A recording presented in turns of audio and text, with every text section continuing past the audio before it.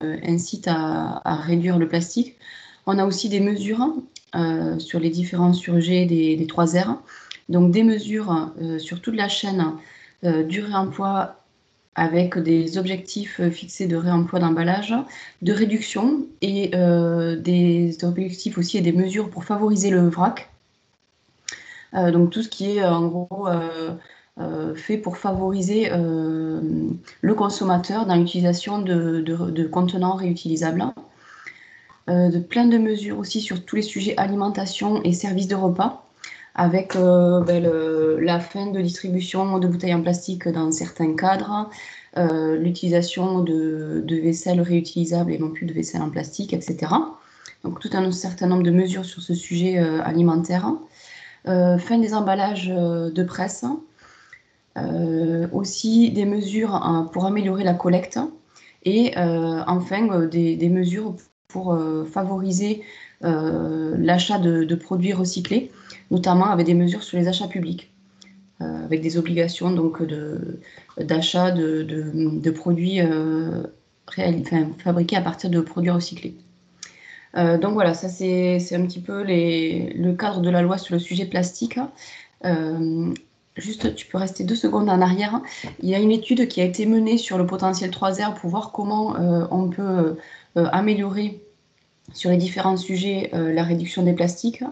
Donc avec une grande partie sur le recyclage. Aujourd'hui, on a environ 27% des emballages ménagers qui sont recyclés. Et ce 27% pourrait monter en 40% si on prenait en compte l'extension de la consigne de tri d'ici 2022.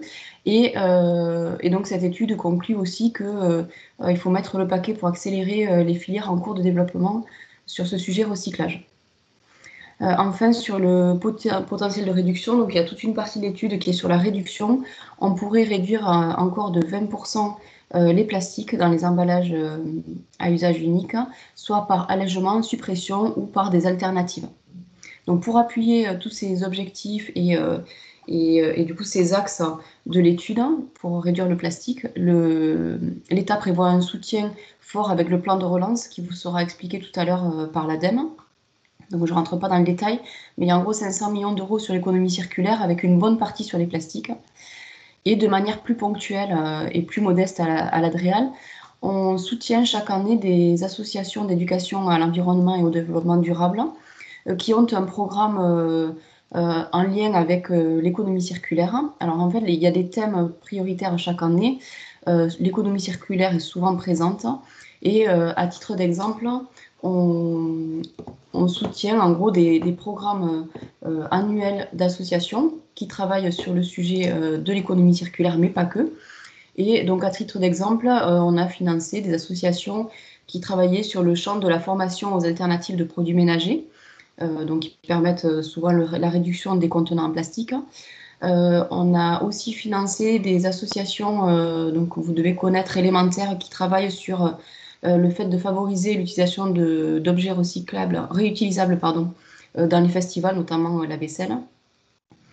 Des associations qui travaillent aussi sur le partage et l'échange d'outils dans les jardins, le changement de pratique dans la restauration collective. Donc là, il y a pas mal d'associations qui travaillent sur le sujet. Et on travaille aussi avec la DRAF sur ces changements de pratique. Et enfin, à titre d'exemple, des associations qui travaillent sur la sensibilisation des acteurs du milieu marin à la fragilité du milieu marin et dont le sujet plastique peut être abordé. Donc voilà, c'est pour illustrer. Et si vous voulez plus d'informations sur ce soutien, vous avez le lien dans la diapositive. En gros, c'est un soutien annuel qui se clôture fin mars, donc pour cette année, c'est fini. Mais voilà, vous pouvez regarder pour les années suivantes des soutiens possibles pour les associations au développement durable. Ok. Merci Christa. Je ne sais pas si tu t'es présenté au tout début, ça peut valoir le coup. Si, je ne crois pas t'avoir entendu te présenter. Oui, non, je suis Christa Lebosc, je travaille à la DREAL Occitanie, je suis chargée de mission économie circulaire et adjointe à la chef de division développement durable. Voilà, donc notre entrée économie circulaire au sein de la DREAL, qui est fortement impliquée sur toutes les actions, effectivement, à nos côtés. Plastique, mais pas que. Voilà. Merci. Du coup, derrière, j'avais prévu un temps de questions-réponses. Alors, je ne sais pas s'il y a Chloé dans le chat, Alors, déjà des questions. Dans le chat, pour l'instant, pas de questions. Tout semble très clair. Semble très clair. Très bien. Bon, bah alors, tout va bien alors. Bonne nouvelle. Je reprends du coup la marche en route. Donc, je vous ai expliqué tout à l'heure 4 axes stratégiques, donc du coup des actions très opérationnelles derrière, et je commence à les balayer. Je vous disais déjà que la région avait enclenché sur ce sujet du zéro plastique à usage unique au travers d'un appel à projet sur le vrac et la consigne. Hein. C'est un dispositif qu'on appelle Pacte Zéro Emballage Occitanie. Alors, ce n'est pas véritablement un appel à projet, mais c'est une sorte de guichet unique qui a été mis en place au travers du site institutionnel de la région pour connaître l'ensemble des porteurs de projets sur ce sujet vente en vrac et développement de modèles de consigne, et puis les orienter vers les dispositifs, puisqu'il en existe de nombreux, les dispositifs régions qui vont être les plus à même de pouvoir accompagner leurs projets. Je vais vous montrer un petit peu plus loin à quoi ça ressemble. Donc ça, c'est à réaliser. Hein. Donc au 25 mars dernier, en assemblée plénière, les élus ont voté la mise en place de ce PAC zéro emballage Occitanie. Il est dès à présent opérationnel. Derrière, il y avait une réflexion sur la mise en place d'un groupement d'achat de matériel et de réemploi pour les événements. Ça, c'est une idée forte qui avait été exprimée. La réflexion n'a pas été engagée. Je pense que ça peut être justement un des sujets qui peut être mis sur la table pour regarder si l'intérêt persiste et comment on pourrait co-construire avec aussi un statut et un porteur à trouver une sorte d'action sur ce groupement d'achat de matériel de réemploi. Une action aussi autour des lycées sur un challenge économie circulaire plastique. Alors là, j'ai commencé à travailler avec les 4 lycées qui en région dispensent des formations sur la plasturgie. Hein. Il y en a 2 dans l'Académie de Toulouse et 2 dans l'Académie de Montpellier, donc 4 dans notre région, qui dispensent à la fois des bacs professionnels, voire des BTS sur la plasturgie. Et l'objectif est, en travaillant avec à la fois les professionnels hein, de l'éducation nationale au sein du rectorat et les enseignants de ces lycées, sur comment impulser davantage d'économie circulaire autour du plastique dans ces lycées. Vous le verrez en bas, donc dans les enseignements. Et donc là, il y a un gros travail pour pouvoir essayer de suggérer des pistes ou des sujets à réinvestir dans les programmes d'enseignement sur ces champs de plastique. Voilà. Donc ça a commencé. J'ai fait une flèche, j'aurais pu mettre un peu des deux, mais la discussion a commencé, a été amorcée. Ce qui est agréable, c'est qu'il y a une grande réceptivité à la fois des lycées et du rectorat sur ce sujet. Donc tout le monde est emballé, donc on va pouvoir avancer. C'est super enthousiasmant. Autour de l'éco-conditionnalité aussi des aides délivrées par les régions sur les événements culturels et sportifs. Donc c'est déjà une réalité, je l'ai mis en rouge, mais c'est déjà plus ou moins une réalité au sein de la direction de la culture. Donc il y a déjà un regard qui est porté sur les aspects gestion des déchets lors de ces événements, quand il y a des demandes de subventions qui sont faites. Peut-être le perfectionner, peut-être aller même au-delà sur la bonification, au-delà de l'éco-conditionnalité, et l'étendre aussi au domaine des événements sportifs. Voilà. Inventer des outils de sensibilisation plus engageants. Voilà, les acteurs de la collecte du déchet qui sont très engagés justement sur ce sujet de sensibilisation savent que c'est des actions qui sont complexes et qu'il faut se renouveler pour aller toucher de nouveaux publics. Et là, sur ce plastique, peut-être justement essayer d'inventer des nouveaux outils qui pourraient s'appuyer sur un modèle de nudge, par exemple, ou des défis ou autre chose qui reste à inventer pour être vraiment efficace et pertinent. Promouvoir les outils de développement de l'économie, de la fonctionnalité et de l'éco-conception. Je vais revenir là-dessus pour ceux qui ne connaissent pas, mais c'est dans le cadre de notre plan régional d'action économie circulaire, des piliers forts pour pouvoir modifier les systèmes de production et s'engager vers plus d'éco-conception et moins d'utilisation de ressources primaires. Et le dernier, je l'ai déjà plus ou moins évoqué en lien avec le challenge économie circulaire, c'est travailler sur le contenu de programme et mettre davantage d'économie circulaire dans les enseignements de la filière plasturgie. Le pack zéro emballage que je vous évoquais tout à l'heure, donc voté le 25 mars 2021, je vous ai mis, je vais essayer de l'ouvrir, vous allez me dire si c'est bon, mais la page d'entrée, hein, vous arrivez sur cette interface-là qui vous explique un petit peu le pack et qui vous offre l'accès à un formulaire justement pour déclarer votre projet. Je vais essayer de l'ouvrir. Vous allez me dire si vous le voyez. Est-ce que vous voyez la page web? Vous êtes toujours sur le diaporama. Donc il faut que je change.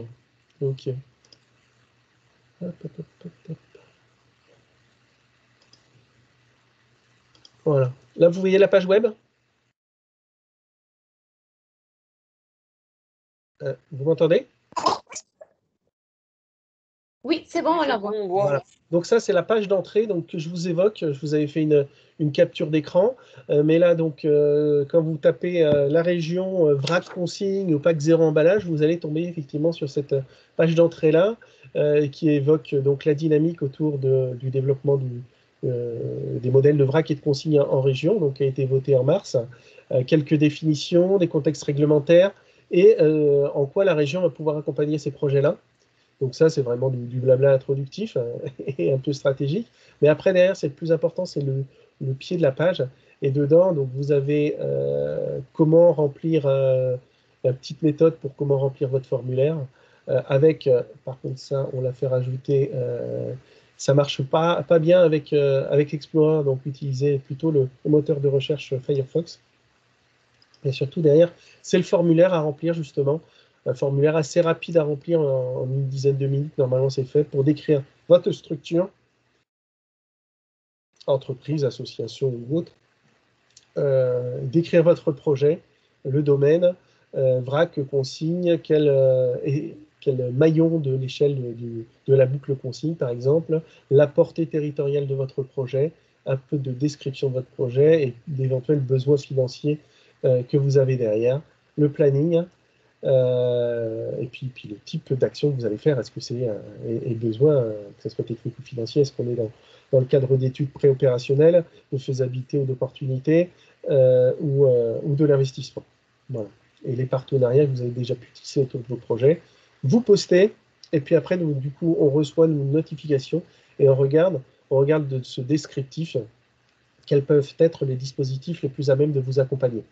Et c'est là qu'on est, que c'est intéressant parce que tout ce travail un peu compliqué d'aller rechercher le bon référent, le bon dispositif, c'est nous qui l'assumons. Et une fois que vous avez déposé ça, on sollicite le bon interlocuteur au sein de la région, ou d'ADOC, qui est l'agence de développement de la région, qui va vous recontacter et essayer de vous aider à monter votre projet, votre dossier de demande d'aide. Voilà. Donc ça, c'est question peut-être, Benoît. Donc ça, c'est pour les projets qu'on ne connaît pas déjà. Si on va déjà déposer un dossier de demande de financement, par exemple. Absolument, bien sûr. Oui, c'est des projets que tu as raison de le préciser.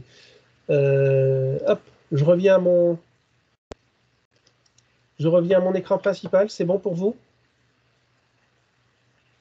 Sur le partage, c'est bon? Oui. Ok, merci. Alors, voilà, le pack zéro emballage, Focus Pack zéro emballage opérationnel, allez-y, faites connaître ce pack. Plus on aura de projets, plus on va être un levier intéressant, effectivement, sur l'alternative à l'emballage au plastique, à usage unique, j'entends. Donc, allez-y, faites-le connaître auprès des porteurs de projets de vos territoires. Je vous ai parlé aussi de la promotion de nouveaux modèles économiques. Sur l'éco-conception, on a un programme qui est en place maintenant depuis 2019, qui est porté par le pôle éco-conception Occitanie, localisé à la Beige, financé par l'ADEME, la région et l'éco-organisme Valdélien, avec un programme d'action dédié pour apporter du conseil de premier niveau en entreprise sur des projets d'éco-conception. Donc la référente, et si vous êtes intéressé, n'hésitez pas soit à chercher Pôle Éco-Conception, soit à nous contacter, on vous donnera les coordonnées de Marie Pussol, qui peut vous accompagner sur ces sujets-là. Sur l'autre modèle, celui du développement de l'économie, de la fonctionnalité et de la coopération, on est également accompagné par le club Terre 2FC, et la personne référente qui est à disposition et qui accompagne également sur les porteurs de projets sur ces sujets-là, s'appelle Élodie Guyot, et donc elle bénéficie aussi d'un cofinancement ADEME Région justement pour dynamiser ce modèle-là en région. Alors l'EFC, pour ceux qui ne connaissent pas forcément, c'est comment on passe d'un modèle de production-consommation à un modèle plutôt de service, production de services autour d'un bien. Voilà. L'exemple qui est donné traditionnellement, c'est celui de Michelin qui vend plus du pneu mais qui vend du kilomètre. Voilà, on vend un service du kilomètre et on ne vend plus un bien, le pneu qu'on achète et qui après est traité en fin de vie. Voilà. Et le dernier des réseaux qui est important aussi à connaître, c'est les réseaux de l'écologie industrielle et territoriale, donc qui est opérationnel depuis octobre dernier et qui vise à mettre en relation des acteurs autour de l'économie de ressources, toujours, notamment des acteurs territoriaux, où, pareil, le modèle qui est donné, l'exemple qui est donné traditionnellement autour de la synergie de ressources, c'est comment le déchet d'une entreprise peut bénéficier et rentrer en tant que matière première pour une autre entreprise. Mais le principe de l'unité est bien plus large et peut s'appliquer aussi à des services ou à des ressources humaines ou à du foncier partagé. Voilà, le principe, c'est de la collaboration sur du bien et de la ressource entre des acteurs pour économiser donc, du coup, la ressource primaire. J'en ai fini avec... Benoît, oui. Benoît, peut-être il y a déjà des petites questions qui se posent. J'ai peur qu'on s'éloigne de ces sujets-là par la suite. Peut-être ce serait bien de les poser maintenant. Tu fais bien, oui, très bien. Donc la première question, c'est par rapport à ton programme avec les lycées. Est-ce qu'il y a un lien qui a été fait avec le programme lycée à énergie positive? Et autre lien qui aurait pu être fait, c'est le lien avec la thématique santé de la région, région zéro perturbateur endocrinien. Oui. Oui et oui. Pour le programme Région à énergie positive, effectivement, c'est notre collègue du service EEDD qui le porte. Et il y a forcément du lien qui est opéré, sachant que nous, notre périmètre est pas tout à fait le même. Moi, j'ai évoqué 4 cibles, 4 lycées pour une porte d'entrée première, mais qui pourra être étendue par la suite. Mais on fait participer effectivement à la fois notre collègue sur cette réflexion-là et voir justement si les lycées à énergie positive font partie des 4 qu'on a visés. Ça, je ne l'ai pas vérifié. Je ne crois pas, mais je vais le vérifier. Mais en tous les cas, il y a du lien effectivement qui est fait. Après, sur le programme antiperturbateur endocrinien et la charte qui a été signée par la région, effectivement, je ne l'ai pas noté tout à l'heure dans les directions qui ont été consultées dans la concertation interne, la direction des solidarités chez nous, qui a porté l'élaboration de ce plan-là, est fortement impliquée. On a des liens forcément qui s'expriment notamment au travers des axes de recherche, je pense, accompagnement de la recherche, autour de connaître les incidences de ces perturbateurs endocriniens liés à ces plastiques sur la santé. Donc oui, bien sûr. Je n'ai pas nommé, d'ailleurs, c'est important quand même d'y revenir aussi, a été associé à la concertation l'Agence régionale de la santé sur ces aspects plus particulièrement sanitaires. Et donc, dernier petit point, donc effectivement, c'était le lien avec les agences de santé. Les participants souhaitent savoir si finalement un benchmark de ce qui se fait à l'étranger a également été fait. Est-ce qu'il y a un suivi de ce qui des programmes de recherche qui peuvent se faire en Hollande, aux États-Unis ou ailleurs dans le monde? Sur les aspects sanitaires plus particulièrement? Oui, sur l'impact sur les perturbateurs endocriniens, les métaux lourds qui peuvent être contenus dans les plastiques. Très honnêtement, moi, je n'ai pas été jusqu'à ce niveau-là, mais il faudrait que je retourne vers ma collègue effectivement qui porte le plan anti-perturbateur endocrinien, savoir ce qu'ils ont pu, eux, identifier de leur côté. Mais on va prendre note et effectivement aller regarder cette littérature qui peut exister. Dans tous les cas, voilà, la collègue a été consultée si effectivement elle a fait ce travail-là, elle a pu en tenir compte dans les remarques et les idées qu'elle a pu exprimer elle-même. Donc, c'est bon pour les questions pour l'instant. Merci. Je retrouve, hop, c'est bon, je remets mon diaporama.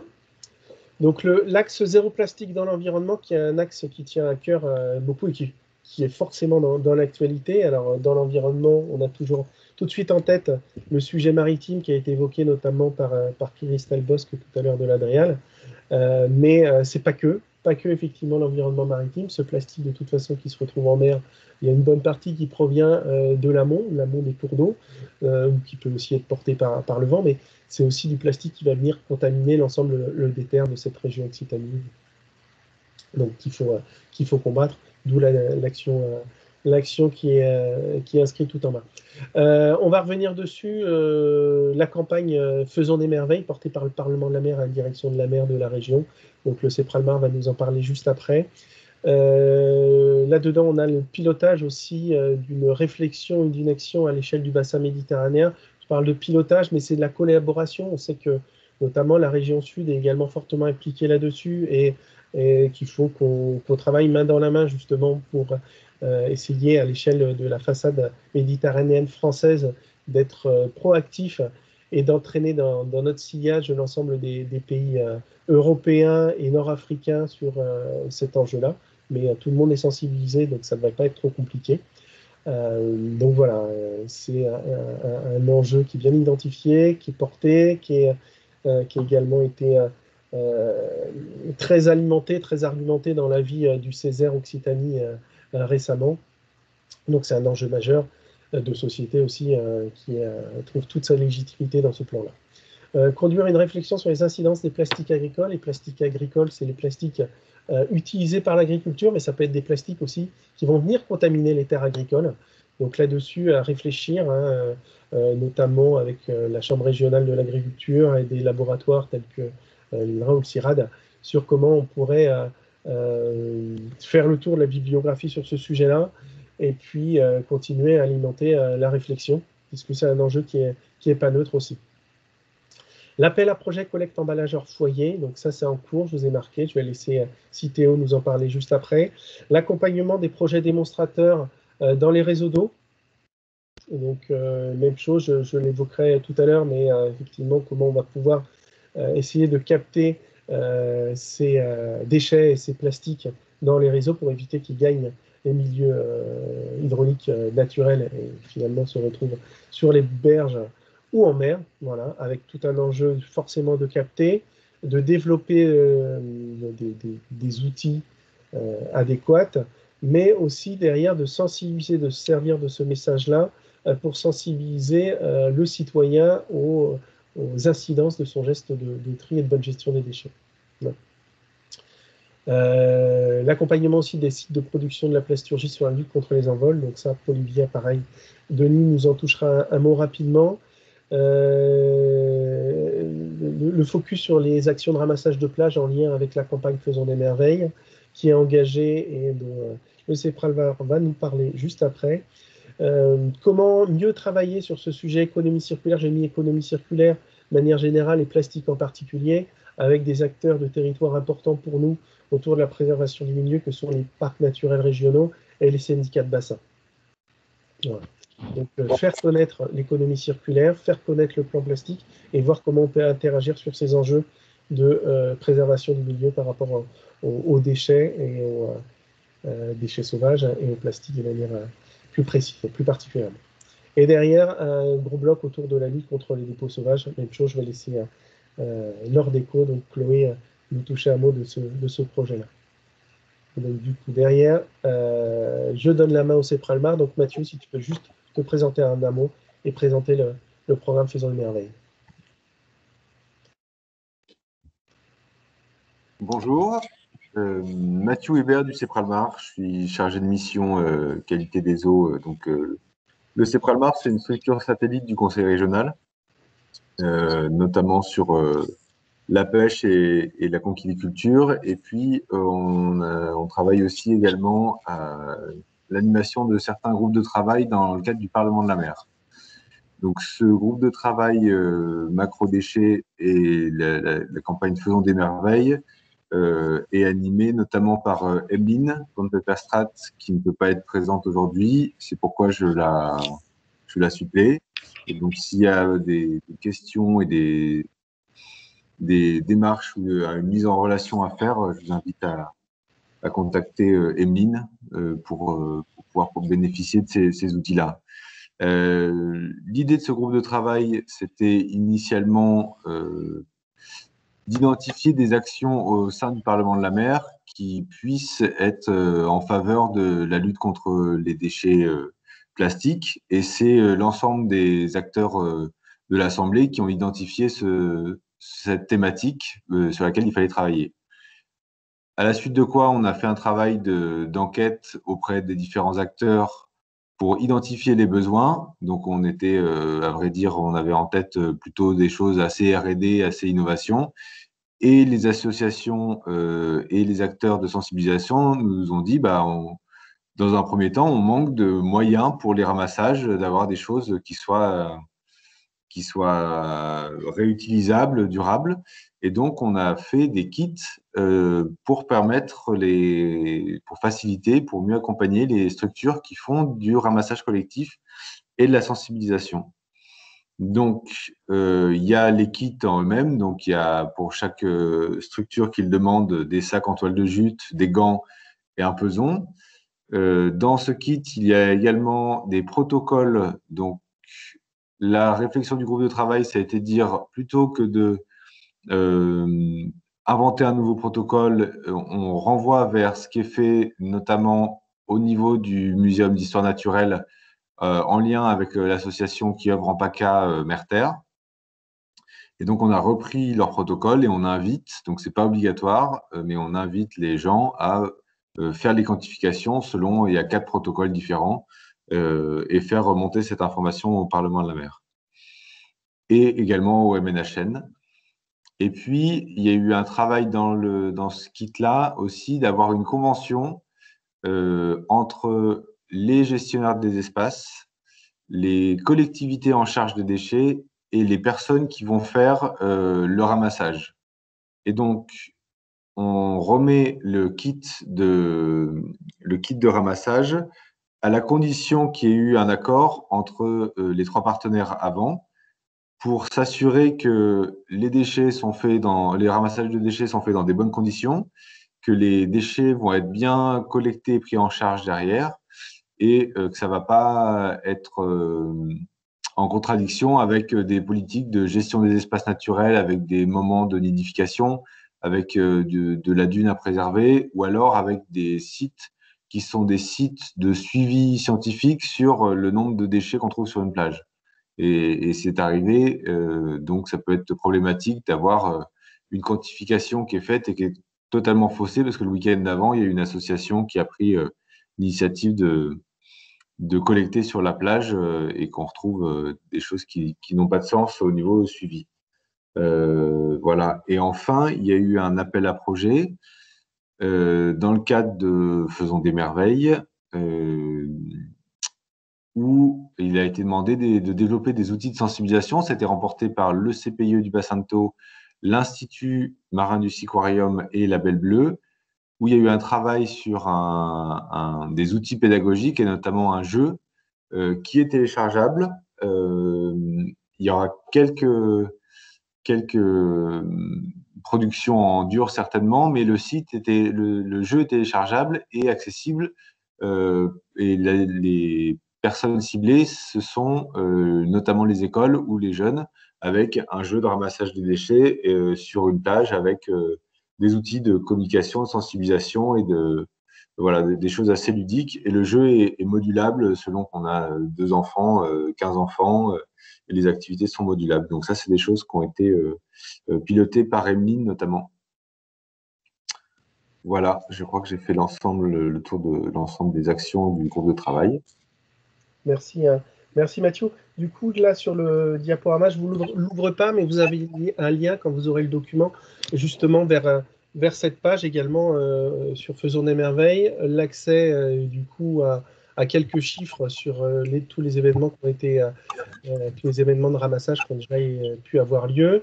Le fait que toutes ces événements sont aussi recensés sur l'agenda du Parlement de la mer pour pouvoir communiquer sur ces événements.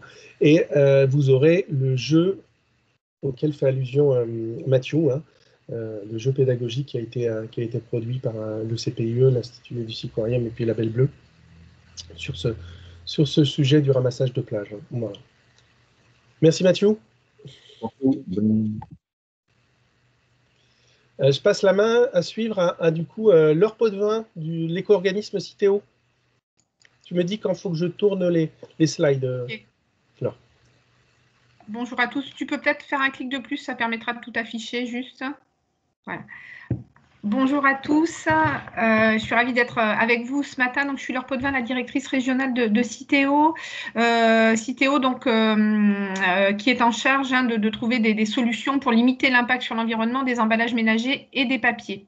Peut-être avant d'en venir à l'action particulière concernant l'appel à manifestation d'intérêt sur la collecte hors foyer, rappeler bien sûr que les plastiques sont un enjeu global pour Citeo, de l'amont à l'aval, de la prévention à l'éco-conception jusqu'au recyclage.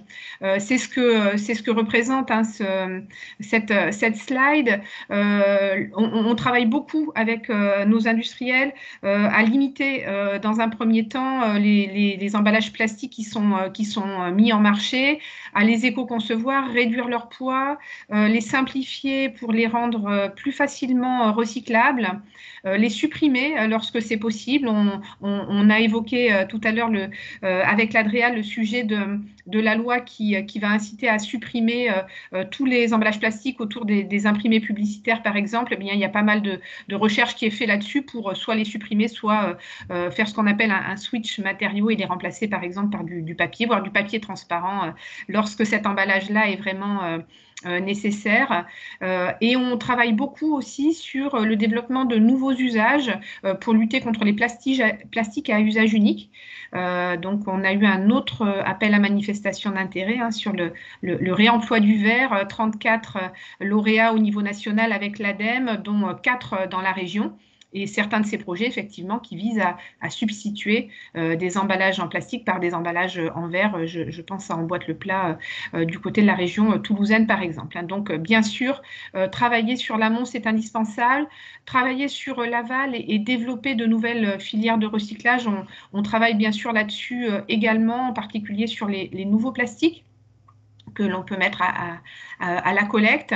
Ces plastiques, lorsqu'ils sont collectés, sont pour la plupart déjà recyclés, mais parfois en Europe, parfois avec des filières dont le bilan économique n'est pas complètement satisfaisant, avec des difficultés pour réincorporer ces plastiques en boucle fermée, alors que c'est ce que l'on cherche à privilégier. Donc, pas mal de travaux aussi complètement à l'aval sur le développement de nouvelles filières de recyclage.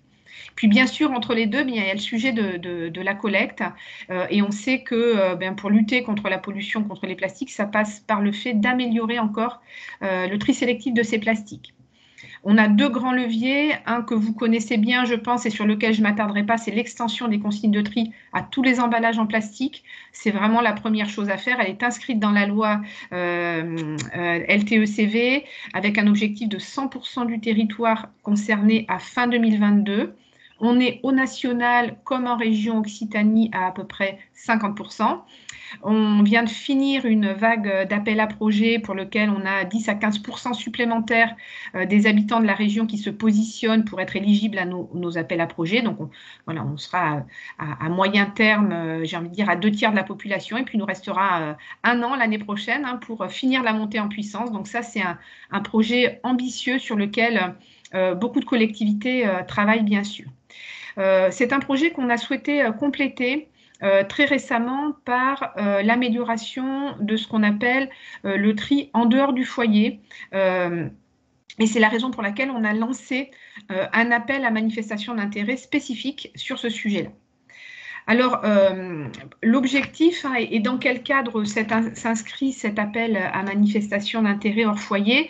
Eh bien, tout simplement, il s'inscrit dans le cadre de la loi AGEC, puisque cette loi nous dit que au 1er janvier 2025, il devra y avoir une généralisation de la collecte séparée en vue d'un recyclage des produits qui sont consommés sur l'espace public. On a par ailleurs dans cette loi un renforcement des obligations de tri et de collecte séparées dans les ERP. C'est la raison pour laquelle on se dote d'un outil pour accompagner ces nouveaux projets, d'autant que dans notre cahier des charges d'agrément, les pouvoirs publics nous ont demandé au 1er janvier de cette année de profiter des 2 années d'agrément qui restent à Citeo, donc 2021 et 2022, pour expérimenter des choses sur ce sujet-là, expérimentations qui vont permettre en fait de faire déjà de quantifier le sujet, d'avoir une vision plus claire, de déterminer des bonnes pratiques en vue d'une généralisation à horizon 2025. Donc, on a 2 ans pour travailler sur ce sujet-là, avec un objectif d'expérimentation qui va couvrir 5% du territoire de la population nationale, avec une représentativité de tous les milieux. Et c'est aussi quelque chose auquel on sera attaché dans ces appels à manifestation d'intérêt. On va parler des plages, des centres-villes, de la montagne, du milieu rural touristique, etc. Pardon, juste si tu peux revenir en arrière, Benoît. Alors, les enjeux, c'est intéressant de les rappeler. Le premier enjeu, c'est la continuité du geste de tri. On a parlé de l'extension. C'est vrai que l'extension des consignes de tri, elle ramène beaucoup de tonnes. La collecte hors foyer en ramènera peut-être un peu moins, c'est des points diffus, mais c'est vrai que les habitants ont besoin de simplification et de pouvoir trier partout et tout le temps. Donc, on est dans cet objectif-là. On est dans un objectif de dispositifs qui vont permettre d'amener des quantités collectées, alors que le gisement est diffus, et surtout de la qualité du tri. Des poubelles de tri, aujourd'hui, il y en a à peu près sur l'espace public, 200 000 en France, et vous savez comme moi qu'effectivement la qualité de ce qu'on peut observer à l'intérieur n'est pas toujours au rendez-vous. Donc là, on veut des dispositifs qui amènent de la qualité et des tonnes qui pourront au final être recyclées. C'est la raison pour laquelle 9 à 10 millions d'euros d'accompagnement sont investis sur ce sujet. Du coup, je veux bien, Benoît, voilà, s'il te plaît, merci. Alors, quels sont les lieux ciblés par cet appel à une manifestation d'intérêt? On a 2 grandes familles de lieux, soit les espaces publics ouverts, donc les espaces publics traditionnels, les parcs et jardins, les plages, les ports de plaisance. Pourquoi on cite cela? C'est parce que les études montrent que c'est quand même dans ces endroits où on a des productions les plus importantes. Et puis ensuite, tous les établissements qui vont recevoir du public, les ERP qui soient gérés dans le cadre du service public de prévention et de gestion des déchets ou en gestion privée en dehors du SPPGD. Donc, ça va des salles de cinéma aux grandes salles de spectacle, aux aires d'autoroute, aux centres commerciaux, etc. Les porteurs de projets qui peuvent répondre à cet appel à manifestation d'intérêt sont soit des EPCI à compétences collecte, traitement, propreté, soit des opérateurs privés, par exemple des fournisseurs de bacs, mais en association avec des EPCI porteurs de la compétence, ou alors dans le cadre des gestionnaires d'ERP, les gestionnaires d'ERP eux-mêmes. On attend des projets dans des lieux de forte fréquentation. C'est quand même relativement important. Ça rejoint le caractère expérimental dont je parlais tout à l'heure. Pour se faire une idée, il faut qu'on ait quand même des projets d'ampleur, même s'ils doivent être représentatifs de toutes sortes de lieux. Bien sûr, il faut que le recyclage soit effectif derrière. Ce sont des projets qui portent sur les emballages ménagers, donc ça ne concerne pas par exemple des collectes, des corbeilles qui ne collecteraient que les papiers. Bien sûr, on attend des porteurs de projets qui aient un accompagnement qui est de la mesure, puisqu'on veut tirer des enseignements en vue d'une généralisation, donc ça n'est pas à négliger. Il ne s'agit pas juste de mettre en place des dispositifs, mais aussi de mesurer derrière, et on vous accompagnera pour cela. les aides et les financements qui peuvent être apportés à ce sujet. Donc, c'est une prise en charge de 50% des dépenses éligibles sur lesquelles je vais revenir, avec un seuil de 1 500 € par équipement, permettant vraiment le geste de tri. Donc, ça, c'est le premier point. Sur les dépenses éligibles, des dépenses de pilotage, hein, comme je l'évoquais, on attend de vous effectivement des mesures, etc. Et on est prêt à vous accompagner financièrement là-dessus. On financera les équipements de tri et de pré-collecte, donc ça va des porte-sacs aux bacs roulants, en passant par les corbeilles de rue, mais aussi, selon les lieux, des matériels qui vont permettre de regrouper les flux, par exemple. On sait que l'offre n'est pas toujours débordante, hein, sur ces matériels de pré-collecte, et c'est la raison pour laquelle on peut aussi accompagner le financement d'études, de design, pour dimensionner de nouveaux dispositifs plus originaux, mieux intégrés, qui parleront aux habitants dans le cadre de vos projets. On va bien sûr financer de la sensibilisation. Là aussi, sensibilisation au sens large, hein, ça va de l'outil de sensibilisation qui permet de savoir que à cet endroit dans la rue, on peut collecter quelque chose, à l'outil de sensibilisation qui, quand on se rapproche, vous dit ben là, vous pouvez séparer en 2 flux, jusqu'au sticker sur le bac qui dit qu'est-ce que vous pouvez mettre exactement dans la corbeille. Donc, on est attentif à des plans de communication construits autour de ces sujets, mais qu'on accompagne dans toutes leurs dimensions. Et puis, on peut accompagner aussi de la maintenance et de l'entretien. On sait qu'il peut y avoir un sujet de nettoyage des abords de ces points-là, donc on peut les accompagner également. Voilà, juste une petite illustration d'exemples qui sont déjà en place et qui avaient été des pré-expérimentations sur les plages à Marseille ou dans les jardins de Paris. Là, ce sont des abri-bacs en bois dans lesquels on peut faire ce geste de tri. Alors, comment ça se passe concrètement? Donc, comme je vous l'expliquais, on est un petit peu pressé par les pouvoirs publics et par le temps. C'est la raison pour laquelle on a lancé très rapidement un appel à manifestation d'intérêt au début du mois de janvier, qui va être séquencé en 2 phases. La première phase se termine le 26 avril et 6 dossiers dans la région Grand Sud-Ouest ont fait l'objet de calls de pré-dépôt, hein, puisque ça passe par un premier échange téléphonique de pré-dépôt avant la déposition donc, du dossier le 26 avril. Hein. L'idée, c'est effectivement de valider avec vous l'éligibilité, de vous orienter pour éviter de travailler pour rien et rendre votre dossier le plus éligible possible. La sélection des projets se fera au mois de juillet et il y aura ensuite très rapidement une seconde phase qui sera ouverte au mois de juin avec des dépôts de dossiers pour le mois d'octobre. En parallèle, l'ADEME donc, a lancé et va accompagner également dans le cadre du plan de relance ces projets avec une enveloppe financière du même ordre de grandeur que Citeo. La seule différence, c'est que les candidatures auprès de l'ADEME en fait, ne sont pas séquencées et se font au fil de l'eau et sans call de pré-dépôt. On est à peu près sur les mêmes critères d'éligibilité. Par contre, la bonne nouvelle, c'est que le dossier sera le même, hein, les cases à remplir seront les mêmes, même s'ils sont analysés dans des temps différents, mais les dossiers seront les mêmes et le cumul des aides sur un projet ne pourra pas dépasser 80% en cumulant les aides de l'ADEME et de Citeo. Voilà pour l'appel à manifestation d'intérêt et je terminerai juste en faisant un petit focus qui me semblait intéressant ce matin sur un autre sujet. On a une plateforme qui s'appelle Kitry, sur laquelle, que vous retrouvez le lien là, sur laquelle en fait on met en relation des sites de production avec des gens qui peuvent faire la collecte par exemple sur le hors foyer. Vous y retrouverez des pictos si vous avez des projets de collecte sur leur foyer et on relaie aussi, parce que c'est un partenariat qu'on a depuis longtemps, la campagne Gestes propres qui s'appelle Garder et trier vos déchets. C'est une campagne nationale qui a été montée avec beaucoup de partenaires, hein, dont certaines de vos fédérations. Je pense à France Nature Environnement, je pense à la Fédération des parcs régionaux, des voies navigables de France et j'en oublie. C'est une campagne qui vise à dire dans des endroits où on ne peut pas mettre de poubelles pour faire le tri sélectif, ramenez vos déchets chez vous et triez-le. Et vous avez de très jolis visuels qui permettent de coller à tous les milieux naturels. Et sur la plateforme Kitry, vous pouvez vous faire un devis et éditer cette campagne pour la déployer.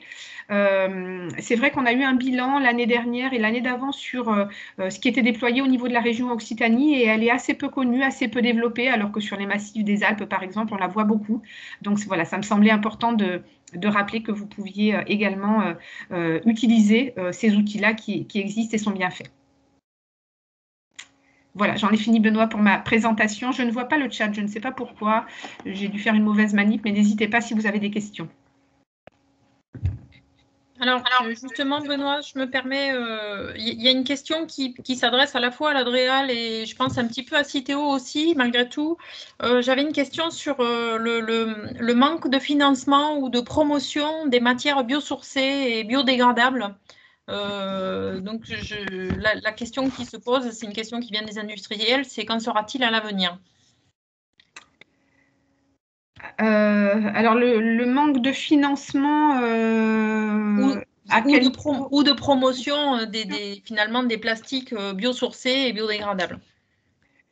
Alors, je peux peut-être commencer à répondre et puis je laisserai la main à Christelle derrière. Nous, sur le sujet des plastiques, il y a deux sujets en effet. Hein. Le biosourcé, ça fait appel à ce qui se passe en aval, hein, donc la provenance et la source des plastiques.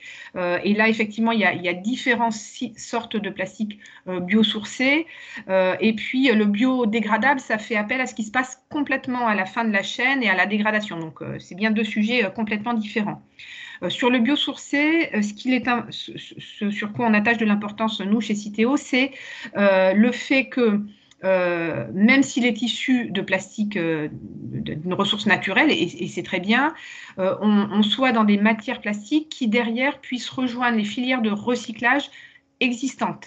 À date, parce qu'il n'existe pas des filières de recyclage pour tout. Donc, il y a du PET biosourcé, par exemple, qui rejoint les filières de recyclage du PET, qui sont des filières de recyclage éprouvées, et ça ne pose aucun problème. Le point de vigilance, c'est sur le développement de multiples sources de nouveaux plastiques biosourcés, qui auraient bien sûr la vertu d'être biosourcés, mais sans permettre derrière de rejoindre des filières de recyclage, parce que l'objectif n'est pas de développer des filières de recyclage pour nous. Hein. Il faut trouver un équilibre technique et économique pour construire des usines de recyclage, et on ne peut pas démultiplier à l'infini les résines sur lesquelles on monte des filières de recyclage. En ce qui concerne la biodégradabilité, effectivement, il y a un certain nombre de plastiques qui peuvent l'être, et je pense en particulier à des plastiques qui vont entourer des produits qui sont eux-mêmes biodégradables, du thé, du café, des choses comme ça. Et bien sûr, c'est très intéressant dans ces cas-là de pouvoir qu'ils puissent rejoindre notamment les filières de compostage domestique. Peut-être, Christelle, je te laisse compléter sur ce sujet. Alors, j'ai pas vraiment de complément sur le plan technique. Et après, sur le plan financier, nous, à l'Adréal, on n'a pas vocation à financer. Côté État, c'est plutôt l'ADEME. Donc, je ne sais pas sur ce sujet, voilà, je ne maîtrise pas du tout côté ADEME. Donc, voilà, non, je n'ai pas plus d'éléments que toi à donner. Et je ne sais pas, du coup, si l'ADEME a des éléments sur le côté financier. Je n'ai pas en tête. Oui, bonjour. Du coup, je me permets d'intervenir, Perrine Colomé-Régis de l'ADEME. Sur ce côté-là, non, il n'y aura pas d'accompagnement financier spécifique, mais je vous présenterai tout à l'heure les autres accompagnements liés à la filière plastique. Et donc, dernière question pour toi, Laure. Donc, concernant justement l'outil Kitry, oui. Est-ce que les éléments de communication dans le cadre des zones touristiques sont disponibles en plusieurs langues et sont éditables en plusieurs langues? Alors, on est plutôt parti sur des pictos, en fait, dans la boîte à outils de pictos qui sont utilisables. Donc, voilà, c'est du schéma et pas du texte pour contourner ce problème-là. Super. Merci, Laure, du coup, pour ce partage-là autour de l'AMI collecteur foyer, des réponses qui sont apportées. J'espère que ça va effectivement donner des idées à des porteurs qui peuvent être présents aujourd'hui. Du coup, derrière, Chloé, j'allais te céder la parole pour justement évoquer aussi le sujet dépôts illégaux de déchets. On t'entend plus, oui. Pardon, j'ai le choix entre la vidéo et le micro. Et voilà. Dépôts illégaux de déchets, nous, on a prévu déjà depuis l'année dernière une journée pour échanger sur ce sujet. Alors, l'idée, c'est pas de trouver des solutions miracles, mais c'est au moins échanger entre nous pour savoir qui applique quoi et quelles sont les bonnes recettes qui ont pu fonctionner. Les plastiques se retrouvent dans les dépôts illégaux, mais ce n'est pas le principal déchet. Par contre, effectivement, il peut y avoir un lien avec le plan plastique dans la mesure où on trouve pas mal de plastique du BTP, notamment, dans ces dépôts. Donc, ces 2 journées ont été à nouveau reportées. Donc, ce sera le même programme pour ces 2 journées. Et l'idée, c'est qu'elles se tiennent bien entendu en présentiel. Il n'est pas question de faire un webinaire descendant, mais c'est vraiment pour que les gens échangent. Donc, il y a une journée à Montpellier, une journée à Toulouse, mais ce sera le même programme. Pas forcément les mêmes intervenants, mais au moins la même trame d'intervention, avec des interventions des services de l'État, des témoignages de collectivités qui ont mis en place des solutions, et des témoignages des services de l'ordre, donc notamment de la gendarmerie, de l'OCLAESP, pour illustrer le type d'accompagnement qu'ils peuvent faire.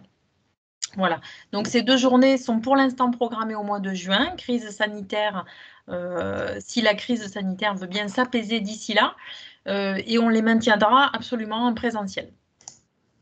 Voilà. Merci Chloé pour cette intervention. Donc effectivement, c'est un sujet qui dépasse le sujet plastique, mais pour autant, il y a des vraies différences entre les deux, et c'est que les plastiques peuvent, du coup, derrière, à la différence des inertes aussi, venir créer des incidences environnementales plus importantes.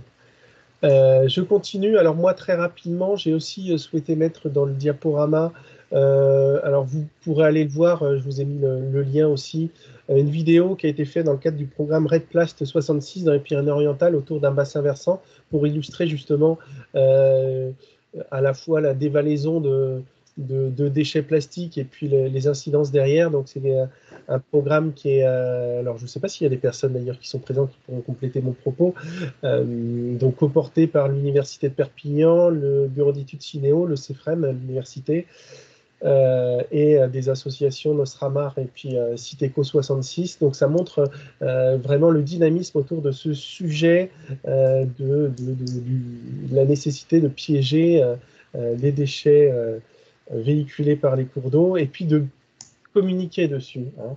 Donc le support qui est présenté ici, c'est un support, on nous l'a dit, qui a vocation à être utilisé pour faire connaître effectivement les incidences du plastique et des problèmes du plastique au travers des cours d'eau. Voilà. Question-réponse. Alors, ouais. Bah, du coup, j'ai une nouvelle question pour Citeo. Laure, si tu es toujours là. On m'interroge sur y a-t-il un organisme certificateur qui vous accompagne, vous, Citeo, pour qualifier les nouveaux matériaux, à savoir si ces nouveaux matériaux sont bien recyclables dans les filières classiques? Alors non, il n'y a pas d'organisme certificateur. En revanche, on a, même si ce n'est pas régionalisé, hein, on a un pôle éco-conception qui est vraiment expert de ces sujets, donc qui peut renseigner les industriels concernés qui, en fonction de leur taille, voilà, seront orientés sur un service plus dématérialisé ou sur des personnes en tant que telles. Et on a aussi des outils digitaux, dont un outil qui s'appelle TREE, T-R-E-E, ça s'appelle Test pour la recyclabilité des emballages, je crois, j'oublie le dernier E.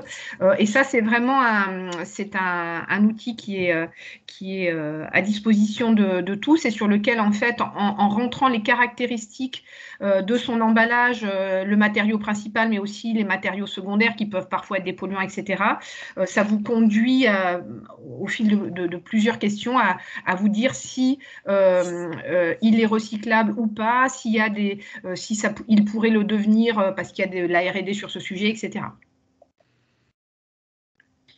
Et plus globalement, donc la question s'adresse région, DREA, l'ADEME, enfin tout financeur confondu. Y aura-t-il d'autres appels à projets dédiés au plastique prochainement? Alors, d'autres appels à projets, effectivement, c'est une question très générale. Et comme on le voit au travers du plan, le sujet plastique, finalement, couvre tellement de sujets que la réponse est forcément oui. Il y aura, alors, que ce soit des appels à projets ou des dispositifs qui permettent d'aider à atteindre les objectifs qui sont inscrits dans le plan plastique et à atteindre notamment aussi les objectifs qui sont poursuivis par l'ADEME et Citeo sur la collecte hors foyer. Il y a de la continuité, de toute façon, qui est nécessaire là-dessus.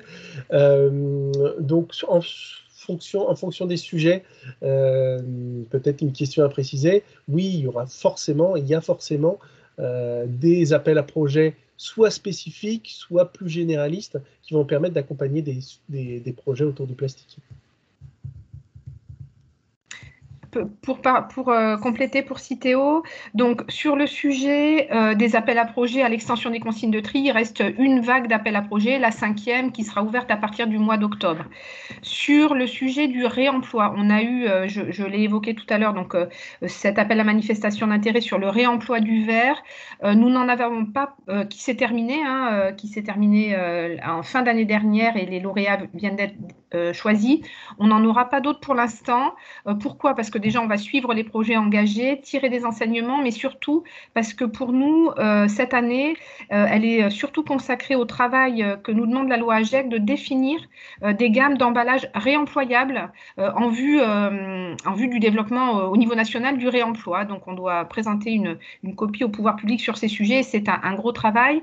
Et c'est dans le cadre de ce travail-là, si on voyait qu'il reste des niches à explorer ou sur lesquelles on ne connaîtrait pas on ne saurait pas bien quoi faire, par exemple sur les produits frais, qu'on déclencherait éventuellement d'autres appels à manifestation d'intérêt sur le réemploi, mais ça n'est pas prévu.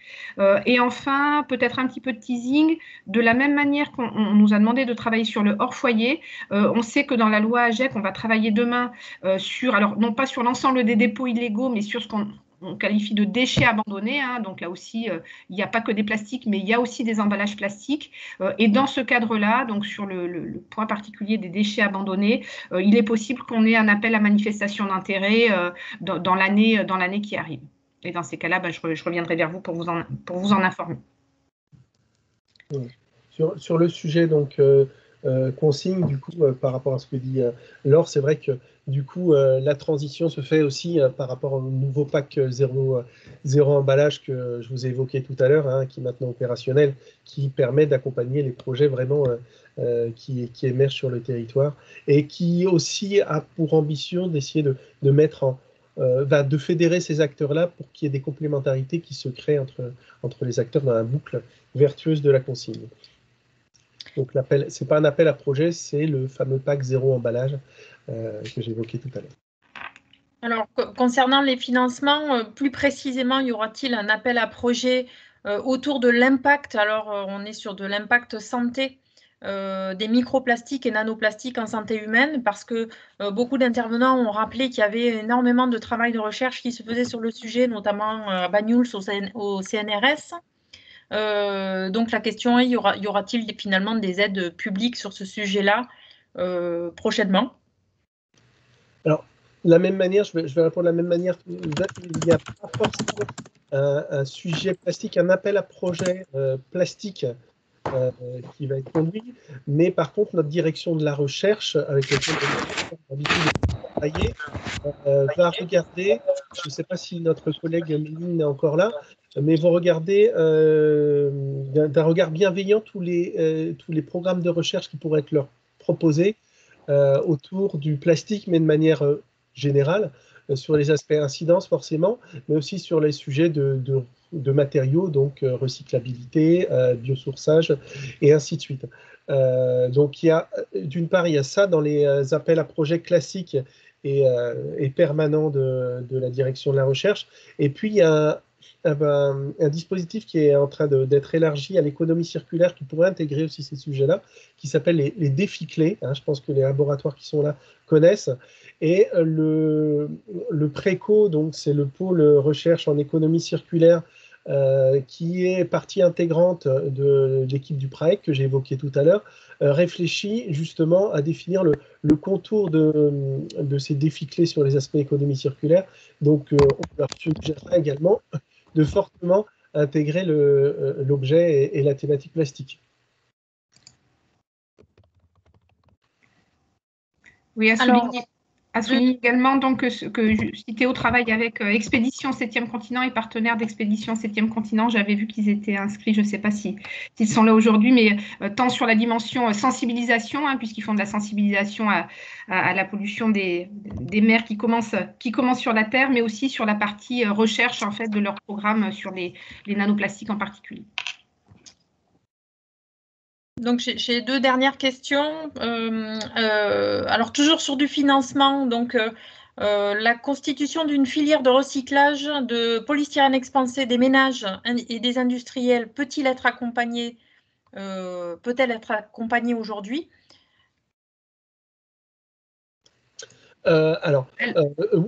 Peut être examiné, c'est sûr, et on espère effectivement accompagner, alors voir effectivement quelles dépenses peuvent être éligibles, mais effectivement l'enjeu autour du polystyrène, c'est un vrai enjeu pour la région et je pense aussi pour Citeo et pour l'ADEME.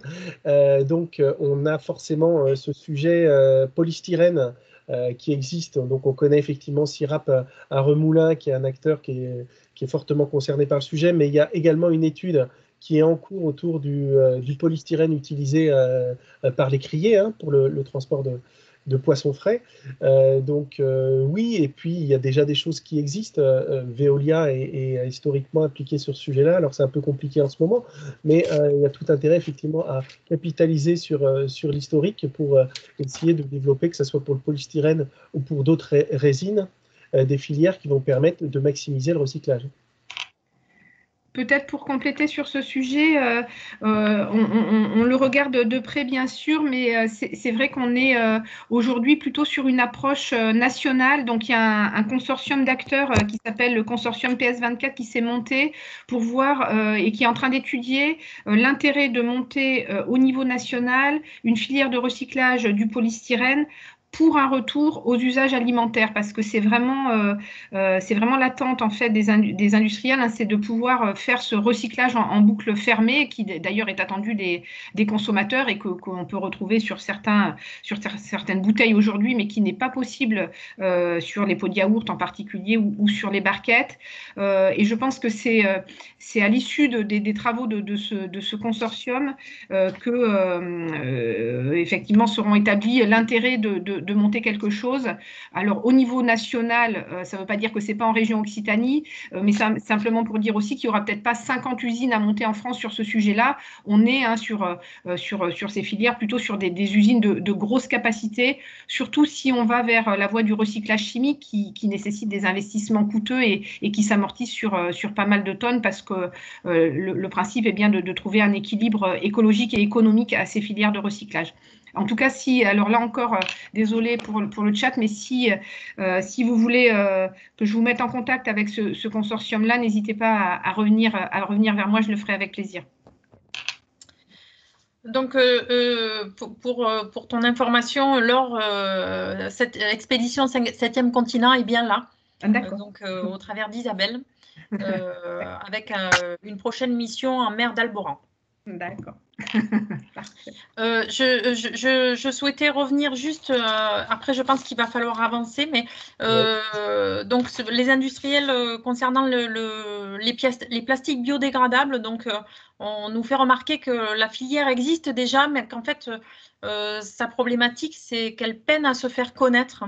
Et donc les industriels cherchent des appuis pour essayer de faire connaître cette filière-là. Donc voilà, l'appel est lancé.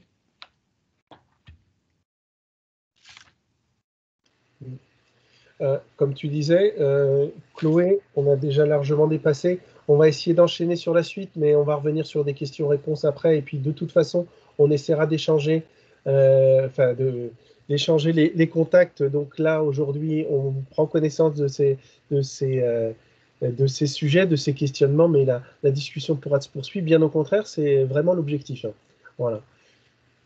Du coup, je continue, si vous voulez bien, sur la présentation. On est sur le bloc maintenant, le bloc valorisation avec l'objectif de 80% de déchets plastiques recyclés. Donc un premier enjeu autour de la connaissance de la filière, et là on va revenir très longuement là-dessus. Des appels à projets, justement, tiens, pour répondre à la question qui était posée tout à l'heure autour des écomatériaux autour de notre littoral et du secteur économique littoral. Donc peut y avoir un sujet plastique, notamment autour du nautisme. Là-dedans. Donc oui, ça fait partie des appels à projets qui peuvent répondre aussi à ce sujet. Structurer la filière textile en Occitanie, mais on verra si Prisca peut également nous dire un mot si on a le temps. Connaissance de la filière du gisement des plastiques maritimes, avec un enjeu autour des filets de pêche notamment. Il y a beaucoup de projets qui se dynamisent. Et en région, il y a une étude qui est lancée et des solutions opérationnelles qui devraient être déployées très rapidement pour pouvoir collecter et valoriser ces filets de pêche, donc des petits métiers, donc en polyamide. Après, les autres actions emblématiques, accompagner la structuration de projets territoriaux. Donc ça, on attend effectivement de la remontée des territoires et des acteurs industriels et des éco-organismes autour de projets territoriaux sur des plastiques, peut-être autour de nouvelles REP notamment. Flécher le sujet plastique dans les sujets de recherche, donc on l'a évoqué tout à l'heure, notamment sur les incidences environnementales et sanitaires, via du coup les appels à projets classiques de notre commande, de notre direction de la recherche, mais également les défis clés que j'ai évoqués tout à l'heure. Accompagner des projets innovants aussi de réemploi, réutilisation dans le nautisme. Donc là, on n'est pas dans la valorisation matière, on est en avant, j'aurais dû le mettre dans la prévention, sur cette fois-ci de la matière plastique qui est réemployée, réutilisée au lieu de devenir déchet. Donc il y a des projets qui existent, qui sont en train de se manifester, c'est intéressant aussi. La volonté aussi d'accompagner en région Occitanie 2 projets de collaboration test sur des résines plastiques complexes, puisqu'on sait que c'est un sujet à part. Et du coup, il y a un AMI de la même manière donc, qui existe, qui est porté par ADOC et la région autour de ces matériaux composites. Donc l'enjeu, effectivement, de pouvoir aller jusqu'au bout sur des tests sur ces projets-là. À suivre, du coup, d'autres actions, je veux dire, on a beaucoup. Accompagner les nouveaux centres de tri modernisés qui peuvent répondre, qui doivent répondre à l'enjeu des extensions des consignes de tri, que nous a évoqué tout à l'heure Laure. Extension des consignes de tri qui doit être déployée sur l'ensemble du territoire national et donc par conséquent régional à fin 2022. On est en bonne voie, donc ça va progressivement, mais ça nécessite l'aménagement de structures de tri qui soient adaptées, modernisées, avec des outils techniques et technologiques poussés et onéreux. Donc il y a un enjeu à pouvoir continuer à accompagner et encore plus accompagner ces unités de tri. Un enjeu d'actualité autour de solutions de valorisation des masques chirurgicaux. Un enjeu autour de, et je pense que cette journée aujourd'hui peut aussi permettre d'y concourir, créer davantage de liens entre le monde de la recherche et l'industrie du plastique. On a présent aujourd'hui beaucoup de laboratoires, et merci à eux. On a présent des industriels, et notamment la Fédération des plasturgistes, Polivia. On a véritablement un enjeu à encore renforcer les liens pour pouvoir aller sur co-développer des projets de plastique 3.0, quoi. Voilà. Faciliter la mise en œuvre des nouvelles REP en Occitanie. Donc on sait que la loi AGEC a cadencé la création de nouvelles responsabilités élargies du producteur, notamment pour l'année 2021, c'est celle autour des mégots de cigarettes, pour 2022 autour du matériel de loisirs, de sport et de bricolage. Voilà. Les filets de pêche qu'on a évoqués tout à l'heure, qui est également concerné par une REP à plus long terme, les emballages professionnels et ainsi de suite. Je sais que j'ai vu dans le chat que Denis insistait sur la nécessité aussi de valoriser les entreprises vertueuses de la plasturgie au travers du label MORE. Donc oui, favoriser effectivement cette communication et diffuser cette information sur les choses qui se font bien en région. Voilà. Et pour finir, effectivement, les études préalables et l'accompagnement de l'outil industriel qui va permettre d'intégrer davantage de matières premières recyclées dans la filière de production des plastiques. Et là, il y a un lien complètement opérationnel avec Orplast, pardon, que va nous évoquer à suivre Perrine de l'ADEME. Voilà pour moi. Avant cela, avant Perrine, effectivement, on va évoquer l'étude plastique qui est en cours pour mieux connaître à la fois la filière plastique, les industriels de la plasturgie, et mieux connaître le gisement des déchets plastiques et comment quel circuit il suit en région et comment on peut influer pour augmenter la part de matières premières recyclées plastiques. Et là, Chloé, je te redonne la parole. Benoît, tu as tout dit. Donc, pour vous dire très rapidement, on aborde cette année la filière des déchets plastiques et du recyclage des plastiques en Occitanie. Donc, vous avez là sur cette diapositive notre champ d'études. Donc, c'est une première étude à voir si on affine cette étude dans les années à suivre et si on va sur d'autres plastiques. Donc, c'est déjà un gros chantier pour nous. On a démarré là au mois de mars et cette étude vient en complément de ce que vous présentera Denis de Polivia par la suite. C'est-à-dire que nous, on fait finalement l'aval. Qu'est-ce qu'il en est du déchet, mais Polivia travaille en parallèle de nous sur l'amont, qui produit le déchet, pourquoi, comment. Donc on est vraiment complémentaires sur ce sujet. Donc Benoît, tu peux passer à la diapo suivante si tu veux. Voilà, donc c'est pour vous montrer un petit peu la complexité de cette filière, enfin la complexité, le nombre d'acteurs impliqués dans ces différentes filières, donc avec tous les différents acteurs que nous avons prévu d'enquêter et d'aborder cette année. Et vous voyez que sur la partie droite, Polivia se concentre vraiment sur les acteurs de la plasturgie et sur la production de déchets ou de réincorporation qu'ils peuvent faire dans leur process. Donc nous, on étudie tout ce qui est à l'extérieur et eux, ils étudient tout ce qui est à l'intérieur et on espère qu'en fin d'année, on pourra marier tout ça et avoir un beau panorama de ce qui se passe en région sur le sujet. Voilà. Eh bien, merci. Merci, Chloé. On va passer la main, du coup, à suivre, comme tu l'évoquais, à Denis, s'il veut bien, de Polivia Occitanie. Oui, merci Benoît. Alors, j'ai la possibilité, si tu veux, de projeter quelques slides que je n'ai pas eu le temps de t'envoyer hier.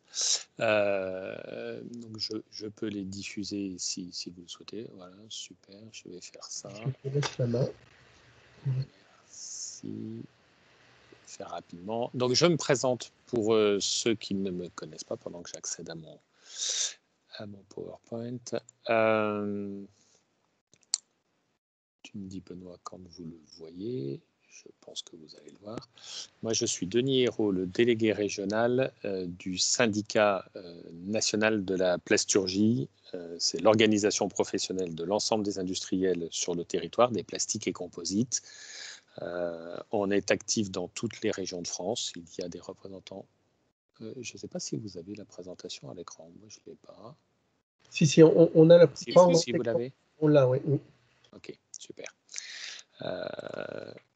Non, je passe. Voilà, c'est une organisation qui couvre l'ensemble du territoire et qui regroupe tous les industriels qui sont libres de venir adhérer ou non à cette organisation. Et il y a à l'intérieur de cette structure un certain nombre d'outils, formations ou techniques qui permettent de répondre à cette jeune industrie qui est assez tournée vers des problèmes technologiques. En France, et c'est important, je vous ai mis ce slide très rapidement, le but, ce n'est pas d'apprendre les chiffres, mais c'est de rappeler qu'en fait, derrière les enjeux du plastique, il y a une véritable industrie en France avec des entreprises, des chefs d'entreprise, des salariés en France et en Occitanie, et que ces gens-là travaillent, comme nous tous, au quotidien, en essayant de faire au mieux leur métier tous les jours pour fabriquer des produits de la vraie vie que nous achetons tous, parce que les produits que Citeo et Orteco retrouvent en traitement et sous forme de déchets, c'est parce que nous les avons consommés avant. Et ces industriels ont parfois un peu le sentiment de ne pas être des gens bien. C'est vrai, ce que je vous partage là, c'est un vrai sentiment aujourd'hui qui est diffus. dans cette industrie et avec des collaborateurs qui ont parfois du mal à expliquer à leurs enfants qu'ils font un beau métier, fabriquent de beaux produits et au profit de nous tous. Donc, on doit non seulement accompagner cette industrie pour qu'elle soit vertueuse, mais aussi accompagner ses dirigeants et ses collaborateurs pour qu'ils se sentent bien dans leur métier. La commande et le projet monté avec la région et avec l'ADEME et avec les autres partenaires cités, dont Ordeco, Citeo, c'est de faire un point précis en région Occitanie sur qu'est-ce que nous consommons comme matière.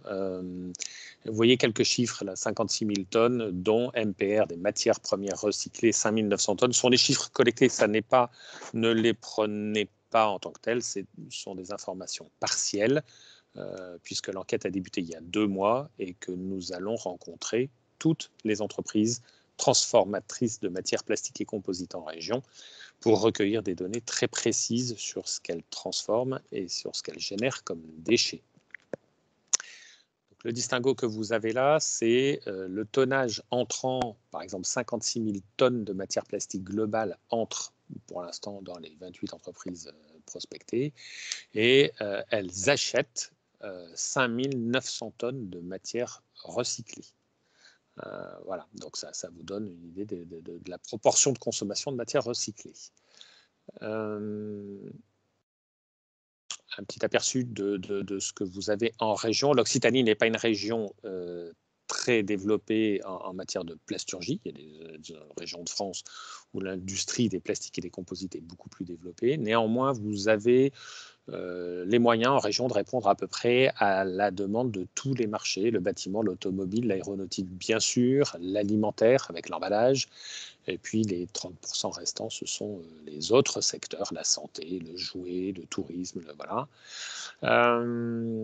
Et vous avez de façon très simplifiée la répartition par matière, par polymère, en sachant que notre vrai problème à nous tous qui travaillons actuellement sur ce projet d'incorporation de matières recyclées, c'est la multiplicité des matériaux, parce que les plastiques sont des matières éminemment techniques et qui donnent lieu à un très grand nombre de sous-produits pour répondre au cahier des charges qui leur sont imposés. Voilà, donc on a une vraie problématique de ce côté-là. Je crois que c'est Laure tout à l'heure qui disait que pour le polystyrène, on avait besoin de massifier les volumes pour créer des usines qui soient viables. Eh bien, c'est tout le problème est bien là.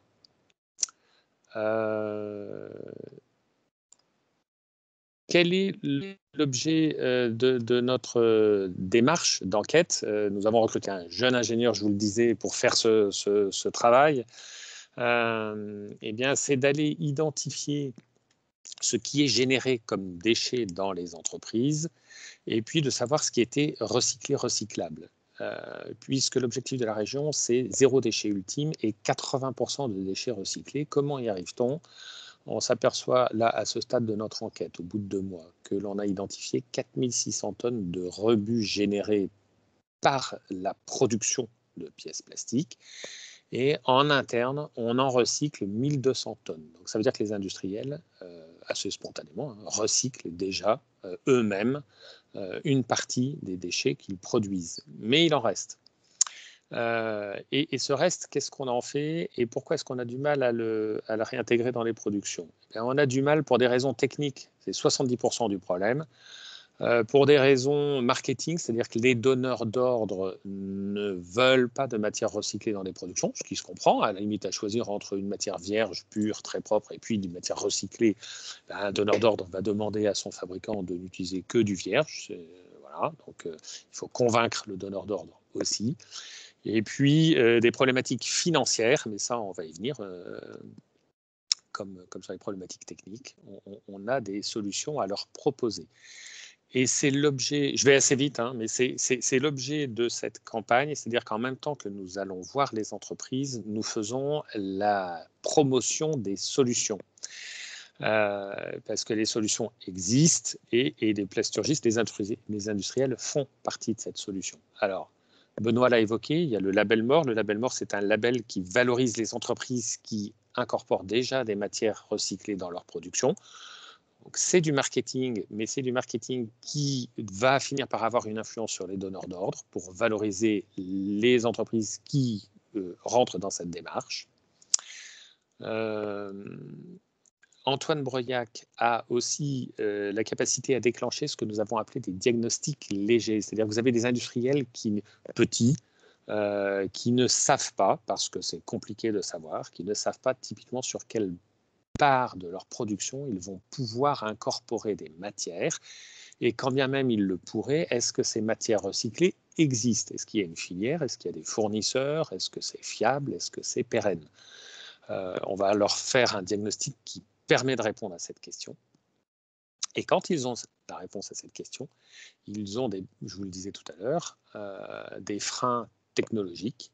Et on va réaliser un diagnostic pour identifier ces freins et définir les solutions.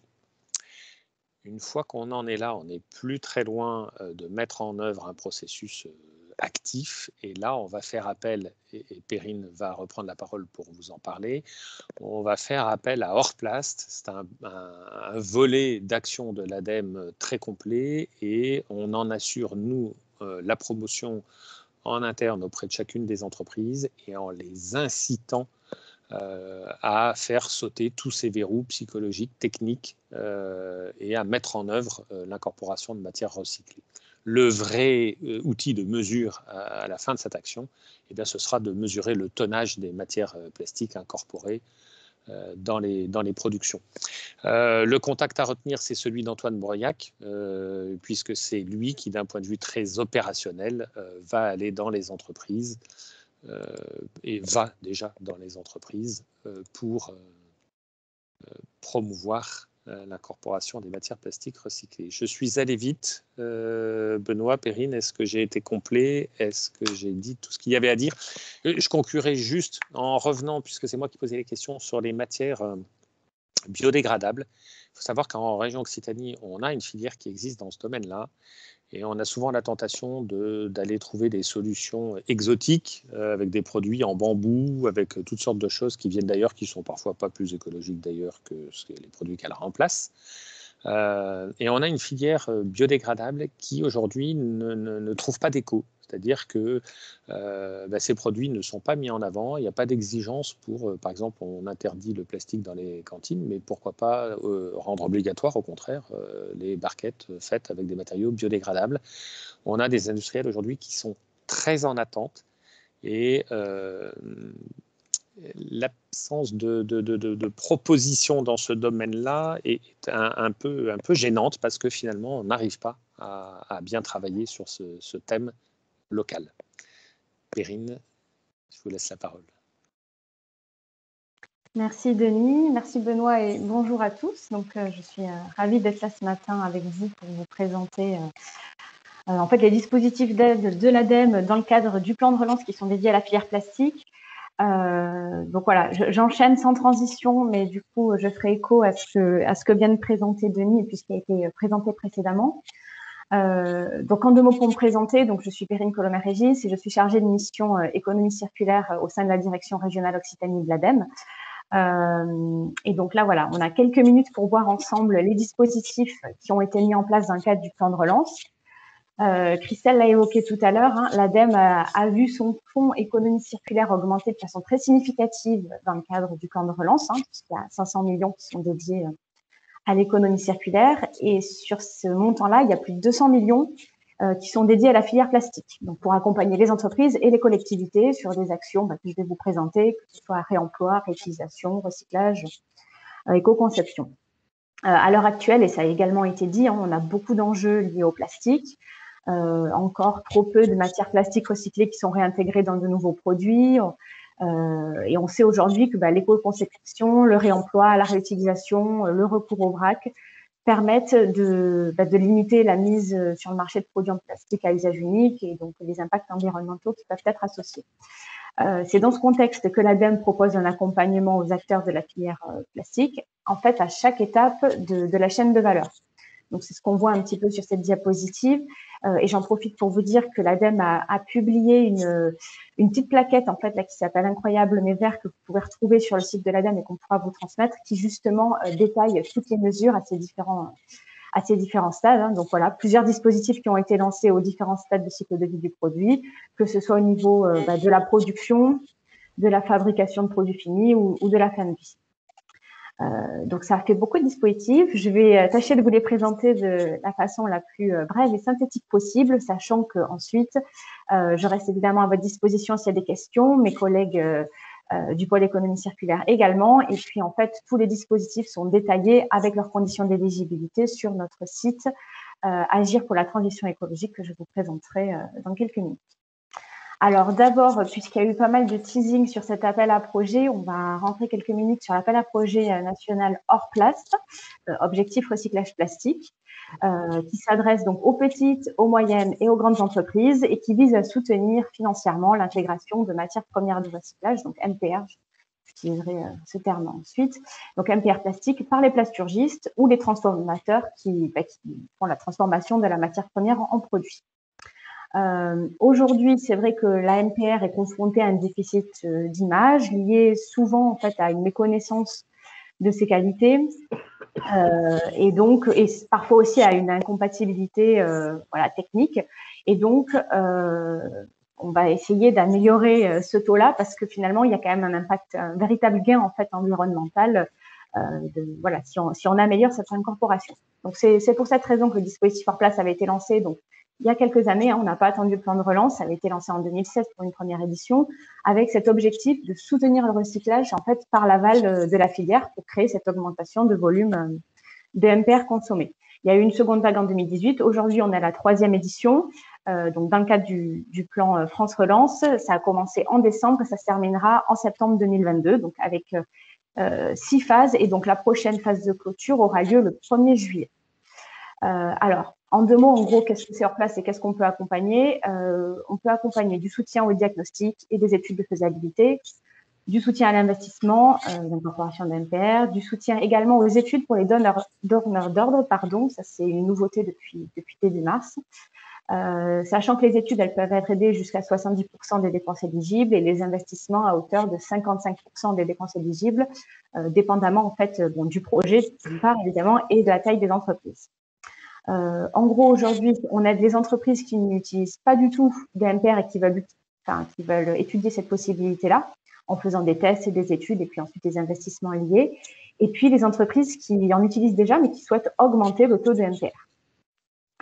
Denis l'a dit, l'a présenté tout à l'heure, dans le cadre de ce projet-là et puis de façon plus globale sur ce plan plastique dont on parle depuis ce matin, en fait, on a lancé une action, donc l'ADEME et la région avec Polivia pour justement accompagner les industriels régionaux positionnés dans le cadre de cet appel à projet et plus globalement finalement à améliorer cette incorporation de matières premières de recyclage. Voilà, je passe à la suite des dispositifs parce que j'ai déjà été un peu longue. Donc, dans le cadre du Fonds économie circulaire donc, et de France Relance, on a également des dispositifs qui existaient déjà qui ont vu finalement leur budget augmenter, notamment ce qui va concerner le tri et le recyclage. Donc, on a des actions et vous trouverez sur les diapositives en fait les liens vers notre plateforme Agir pour du soutien à l'investissement pour les acteurs publics et privés sur des équipements et des solutions pour des dispositifs de tri, donc création, extension ou modernisation de centres de tri de déchets. On a également des aides pour les déchetteries pro et des installations de recyclage, d'unités de valorisation de déchets. Donc voilà, là, le plan de relance, en fait, il vient rehausser les taux et déplafonner les aides qui sont possibles. Je rentrerai pas beaucoup plus dans ces dispositifs-là parce qu'ils sont normalement assez bien connus. Mais voilà, vous avez également toutes les informations sur notre site. L'objectif étant d'accompagner le développement de filières de recyclage à travers l'innovation, l'augmentation de capacité et le traitement des nouveaux gisements, notamment dans le cadre de l'extension des cantines de tri qu'évoquait Laure tout à l'heure. Là où je voudrais un peu plus m'attarder, c'est sur un dispositif qui est nouveau dans le cadre de France Relance, qui est en fait un dispositif d'aide sur la réduction, la substitution et le réemploi pour les emballages plastiques. Donc là, c'est C'est un nouveau dispositif qui a été lancé notamment pour répondre aux ambitions fixées dans le cadre des lois AGEC et EGalim aussi. Et là, dans ce cadre-là, l'ADEME peut vous aider à financer des études, des expérimentations et des investissements pour la réduction, le réemploi et la réutilisation ou le développement je sais plus si j'ai dit du coup, mais la substitution concernant les emballages plastiques, afin en fait, voilà, d'atteindre ces objectifs réglementaires, donc la fin de la mise sur le marché d'emballages en plastique à usage unique d'ici 2040, pardon, notamment. Donc là, ces études et ces investissements, en fait, c'est pas un appel à projet comme Orplast, hein, ça va être vraiment des aides au fil de l'eau, de gré à gré. Donc c'est ouvert jusqu'à juin 2022 et on va pouvoir aider les études à hauteur de 70% des dépenses éligibles et les investissements 55%. En 2 mots, pour donner une illustration en fait de ce qui peut être aidé, ça va être soit la substitution d'un emballage plastique à usage unique par un emballage de notre type de matériau recyclable, ou la substitution d'un emballage à usage unique, plastique ou autre matériau, par un emballage réemployable et recyclable. Et ce que je voulais dire aussi, c'est qu'au-delà des emballages, c'est les contenants aussi pour la restauration qui vont être visés. Et cette aide-là s'adresse aux acteurs économiques, mais également aux collectivités qui ont la compétence restauration collective. Voilà, donc ce dispositif-là, il est vraiment en lien avec ce qu'a présenté tout à l'heure Benoît sur le pack zéro emballage Occitanie, hein, parce que voilà, dans le cadre justement de la réorientation des projets vers les différents dispositifs d'accompagnement, un lien très fort sera fait avec ce dispositif-là. Voilà, ensuite, je voulais également dire 2 mots sur un dispositif qui s'adresse plus particulièrement aux PME. C'est un guichet qui s'appelle Tremplin pour la transition écologique des PME. Et en fait, ça permet d'accéder à des aides forfaitaires dans tous les domaines de la transition écologique. Mais voilà, il existe des lignes sur le plastique. Et l'avantage de ce dispositif-là, c'est que c'est un guichet énorme. Enfin voilà, les dossiers normalement les demandettes sont simplifiées, l'instruction accélérée. Donc voilà, c'est un dispositif qui permet d'aller plus vite. Et donc pour le plastique, on retrouve des aides pour le diagnostic pour réduire les emballages ou remplacer les emballages plastiques par d'autres. Donc là, c'est juste un premier petit diagnostic et ensuite on peut basculer sur le dispositif que je vous ai présenté précédemment. Il y a aussi une aide pour les premiers pas vers l'éco-conception et puis une possibilité de financer des compacteurs mécaniques à balai. Plus globalement aussi, ça apparaît pas sur les slides, mais on a en fait plein d'autres dispositifs à l'ADEME et notamment certains sur l'éco-conception qui ne sont pas juste sur la filière plastique, mais qui peuvent aussi accompagner. Donc, ça vaut le coup aussi de s'y pencher en fonction des projets. Voilà, alors pour toutes ces aides, il est possible de retrouver les détails et les conditions d'éligibilité et puis de postuler sur notre plateforme Agir. Benoît, si tu peux passer là, super, merci. Donc, c'est la plateforme Agir pour la transition, où en fait, voilà, tous les dépôts de demande d'aide se font maintenant en ligne. Au préalable, on vous recommande d'échanger avec nous parce que voilà, c'est toujours plus intéressant de pouvoir monter le projet ensemble. Donc là, vous avez mes coordonnées, celles de mon collègue Gérard Bardou pour la filière plastique. Il y a également tous les chargés de mission économie circulaire de l'ADR qui sont concernés et très mobilisés dans le cadre du plan de relance. Donc voilà, il ne faut pas hésiter à nous solliciter pour qu'on puisse vous orienter vers le dispositif le plus approprié à votre projet. Et puis ensuite, voilà, quand vous vous connectez sur la plateforme, il suffit de créer un compte en fonction de votre profil, de retrouver le dispositif qui vous convient et puis de faire votre demande avec les différents documents à remplir, que ce soit des volets techniques ou financiers. Voilà, je pense que j'ai tout dit, donc je reste à votre disposition s'il y a des questions. Je vous remercie. Alors justement, des questions, pour l'instant 2, mais je pense que ça va venir. La première vient d'un labo de recherche, mais je pense que ça peut s'adresser aussi aux transformateurs ou aux producteurs. Dans le cadre des différents plans de financement, est-ce qu'il est prévu quelque chose pour accompagner spécifiquement la filière de recyclage des matériaux composites thermodurcissables ? Alors, je me permets de commencer à répondre et peut-être que Laure de Citéo aussi ou Olivia voudront compléter. Pas de dispositif spécifique. Après, voilà, on a un dispositif d'accompagnement des filières de recyclage. Donc, les projets s'étudient et je vous invite à nous contacter. Et donc, une autre question sur ces financements. Donc, dans le cadre d'un industriel qui souhaiterait passer aux matières premières recyclées, mais pour qui souvent la résine vierge, surtout actuellement, est parfois moins chère, ou alors des transformateurs de résine qui sont éloignés du coup avec des coûts de transport plus importants. Est-ce que les dispositifs de financement peuvent aider ces industriels à malgré tout passer à la matière première recyclée?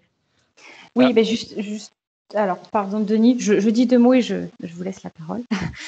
Justement, c'est tout l'objet du cadre d'Orplast. Hein.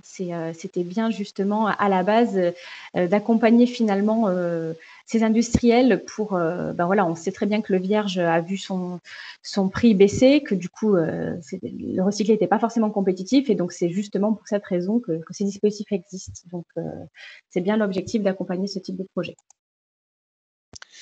Voilà, et en complément, ce qui est sûr, c'est que l'ADEME, mais comme les autres structures, n'ont pas vocation à se substituer à l'économie de marché, c'est-à-dire qu'on ne pourra rien faire quand le cours des matières augmente, et bien les matières secondaires ou recyclées prennent tout leur sens. Quand le cours des matières premières baisse, ça devient plus compliqué parce que à prix équivalent, c'est ce que je vous disais tout à l'heure, un donneur d'ordre va évidemment privilégier des matières vierges.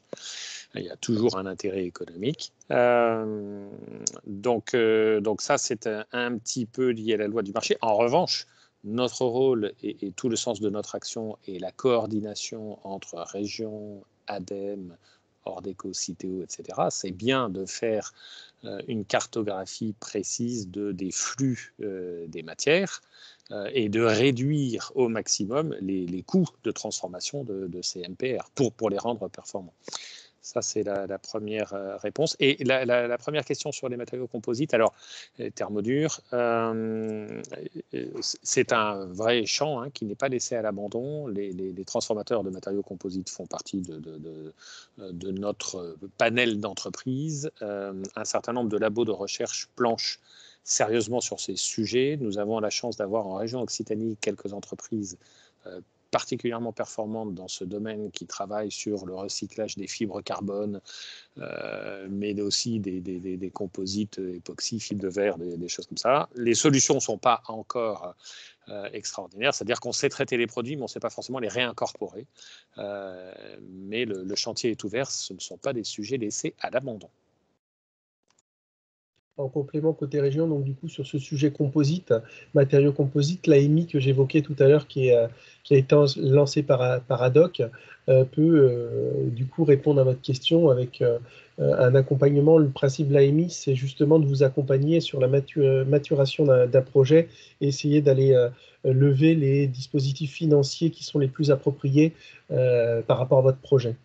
Mais notamment, il y a un projet là qui est dans les tuyaux, qui est en cours de maturation autour de la valorisation des coques plastiques issues du nautisme. Voilà. Donc c'est un bel exemple effectivement de ce sujet-là. Il y avait également Julien de Rudologia qui a levé la main. On peut lui donner la parole. Oui, est-ce que vous m'entendez? Oui, on t'entend, Julien. Et je m'excuse, je n'ai pas trouvé l'onglet conversation, donc je pose directement. Je reviens un peu en arrière sur le champ de l'étude Polivia Ordeco. Je me demandais s'il y avait une raison particulière à avoir exclu VHU, des 3E et mobilier. Pourquoi ces flux déchets plastiques ne seraient pas étudiés dans un premier temps, plus pour une question de moyens ou d'intérêt? Alors, plutôt de moyens. Et puis, par ailleurs, la plupart de ces plastiques-là sont des thermodurcissables. Donc, dans un premier temps, on se concentre sur ce qui est connu, su, mais qu'on a du mal à identifier, à cartographier. Et effectivement, on ira. Après, c'est des données qu'on peut aussi avoir, mais c'est des données pour lesquelles il faudra passer par les éco-organismes. Autant on travaille en forte proximité avec Citeo, autant les autres éco-organismes, c'est parfois plus compliqué d'avoir de la donnée régionalisée. Ok, merci.